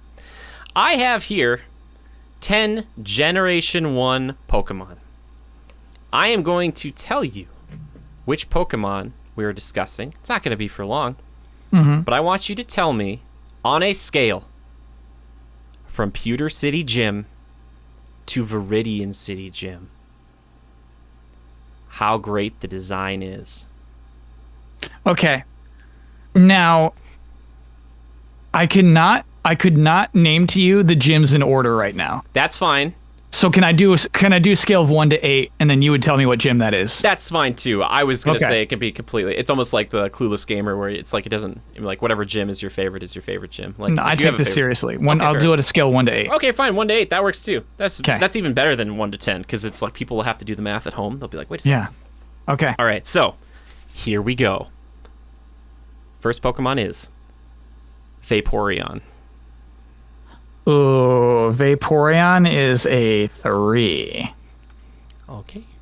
Vaporeon is essential. Vaporeon sells the idea of Eevee. However, Vaporeon is gross. Vaporeon is a fish dog. So, like, Vaporeon works in a trio. I'm sure Vaporeon is some people's favorites, for sure. But, like, is absolutely a gross creature and exists in a world that is not wanting for more water-type Pokemon. So, yeah, I'm not going to give Vaporeon a good ranking. I was trying to pick Pokemon for this, and I was looking at, because I just hung this up recently, and there's so many water Pokemon. There's so, like, Gen 1 is just, it's swimming in them. But so 3, okay. Yeah. I've never, fish dog, not a seal, a fish dog. And you're kind of, when I think about it, you're right. It's got, like, the frills and stuff. Yeah. Fair enough. I will say. So what is the third gym? Third gym, that would be good old Lieutenant Surge over in Vermilion City. Oh, you know what? Vaporeon's a 2, because Lieutenant Surge is great. So Pokemon really escalates. Yeah, so Vaporeon, I'm gonna adjust that. Vaporeon as a 2. I love, like, don't you wish a little bit that, like, there would have been more backstory with some of these gyms? Because, like, when you get Lieutenant Surge, the questions start coming up, and I think he even mentions the war, and you're like, wait, you were a lieutenant? There's, like, a Pokemon war? And, like, the other gym leaders, they're kind of like, they have their own things, but none of them are, like, world building to that level where you're like, it's kind of what I'm talking about with Budapest. It's like, you never show the war, but always give us more clues. Yeah, fair enough. I understand. That makes sense. Yeah. Arrow holes. These arrow holes? Exactly, yeah. Hawkeye shot something here. Maybe. Next one is, speaking of Lieutenant Surge, Raichu. Raichu is 8. It's an 8? Yeah. Raichu's an 8. Raichu, I think if you made me guess my top 10, maybe top 5, Raichu's in top 15 of all the, like, 900 Pokemon we have right now. Oh, wow. Okay. I love Raichu. Yeah. Okay. Is there any specific reason why? Raichu, to me, represents like a good version of evolution. Pikachu is clearly a complete Pokemon. It's not like a lesser version of Raichu. And then so Raichu is an evolution of that idea. Yeah. And is just big, rotund, good attitude, great color scheme, yellow cheeks. Raichu's just got a lot going on. I really love Raichu. Yeah. I love the tail, too. There's something scary about the tail. Great tail. You're like, ooh, if that thing whipped around and smacked you, that'd be bad news. Yeah. I agree. I love Raichu. The next Pokemon is Golem. Ooh, that's a 1. That's a 1. What? Okay, sorry, continue. Golem represents a de-escalation. Geodude, Graveler. I get it. I see it. Graveler is a bigger, cooler version of Geodude. Then, for some reason, veers in a really strange direction, gets a dinosaur face out of nowhere, becomes less mobile, and overall less interesting. Okay. Interesting. Do you think adding, like, 2 more arms, or is that too many arms? To me, it's the dino head. Maybe if Graveler had a dino, like half a dino head, but it would be like Voltorb, Electrode, and then a dinosaur. Like it's so weird that the eyes that the first 2 have turn into this tiny little dinosaur head, who's just got arms that just stick out barely from his ball form. Okay. That's a miss for me. That's a real disappointment. I would not evolve a Graveler into a Golem in real life. Dang. Okay. That's interesting. I've never thought of it as dinosaur. I always thought of it as like a kind of like a turtle, because the shell kind of, it looks like the sphere turns into like kind of wants to be a turtle shellish, not like a full shell. It's like an all-round sphere. I don't know, but dinosaur, that's I think that's apt. Next one, Dragonite. Dragonite is an icon. I cannot deny Dragonite this. However, Dratini, Dragonair. Okay, I get this pattern. I see where this is going, and then it's like, bloop. I'm a big dragon now. It's like, where did you come? It's Barney. It straight up digivolves into Barney. Yeah. And so like, but it's such a nice big dumb design, and in this original 150, just unstoppable, just hyper beaming out of its mind. I gotta give it a 6. Gotta get Dragonite at 6. Okay. Okay. All right. Which is what? Are we in like Sabrina's gym at 6? Where are we at? So that's the problem. I forget exactly the escalation of that because you get like options to switch around. I think you could do that or Koga. Oh, what did that? It'd absolutely be Koga. It would be Koga, Blaine, Giovanni. Yeah. Fair enough. Okay. So yeah, you know what? Koga for Dragonite. Absolutely. Cool. Fearow. Oh no. Fearo's a 1. Fearo's a 1. Okay. Fearo's an ugly bird. Not a fan. No, and just like intentionally bad. I actually, on my most recent playthrough of Blue, partied up with a Fearow. Oh yeah, I think I saw or heard about. And you're this. kicking butt. You're kicking butt for a while, and then like Drops. intentionally, it's a stunted Pokemon. Yeah. It's designed so that other Pokemon will exceed it, and that's just a bummer. And that's a hard thing to have in your party. Yeah, it's like there's Pidgeot over there, scaling well, and Fearow's like why make one Pokemon intentionally just better than the other? It's tough. Yeah. It's tough. Speaking of one that maybe plateaus pretty quickly, Beedrill. Oh yeah, Beedrill. Woo. So I don't buy Beedrill's arms. Beedrill has pointy arms and giant stingers on the ends of both of those pointy arms. And it's just like, I don't buy that you can really do this with those skinny arms, Beedrill. Okay. However, Beedrill is obviously an icon. There's plenty of bee enemy monster types out there, but Beedrill remains distinct somehow.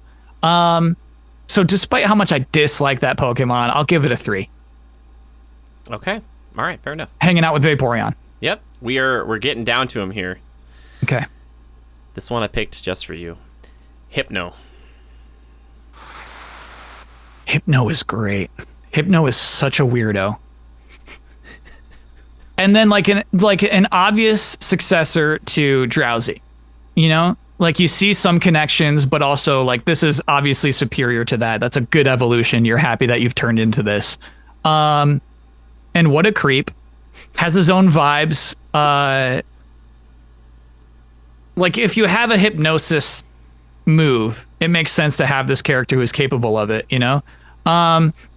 However, is kind of just like a yellow freaky man.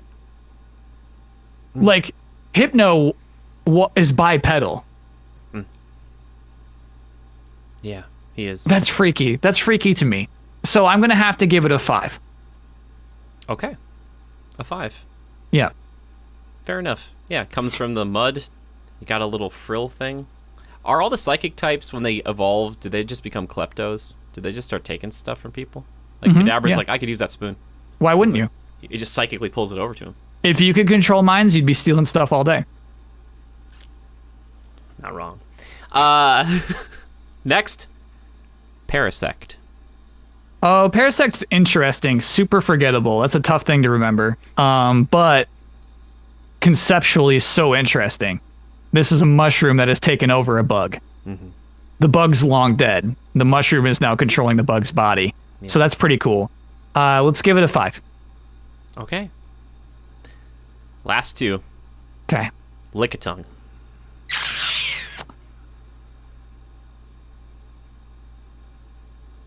Lickitung has a big pink body. If Lickitung's tongue was inside of itself, would be a totally unmemorable Pokemon. There's the pink creature. You know, cut off any part of Raichu, you still know it's a Raichu. Yeah, I suppose, right? But if you cut off the Lickitung's tongue, it's like, I don't know what you are anymore. So it's absolutely a gimmick. And you don't really want it in your party. But it wants some more. It's interesting that it's got lick, right? Like, that's fun. It can paralyze you with its big dumb tongue. But let's give it a 4. Okay. I still wanted to see that thing chasing as a Vanillup, the ice cream cone, around an environment in Pokemon Snap. I was like, that seems like a natural predator. Like that's really good. Yeah, my God, they must hate Lickitungs. Right? Like, it makes so... If you're going to put the ice cream cone in the game, then let me see this. Okay. Last one. Fan favorite. Everybody loves him. Gengar. Oh, wow. Yeah, Gengar, you kind of have to give it up to him. He's got a legacy. He is an icon.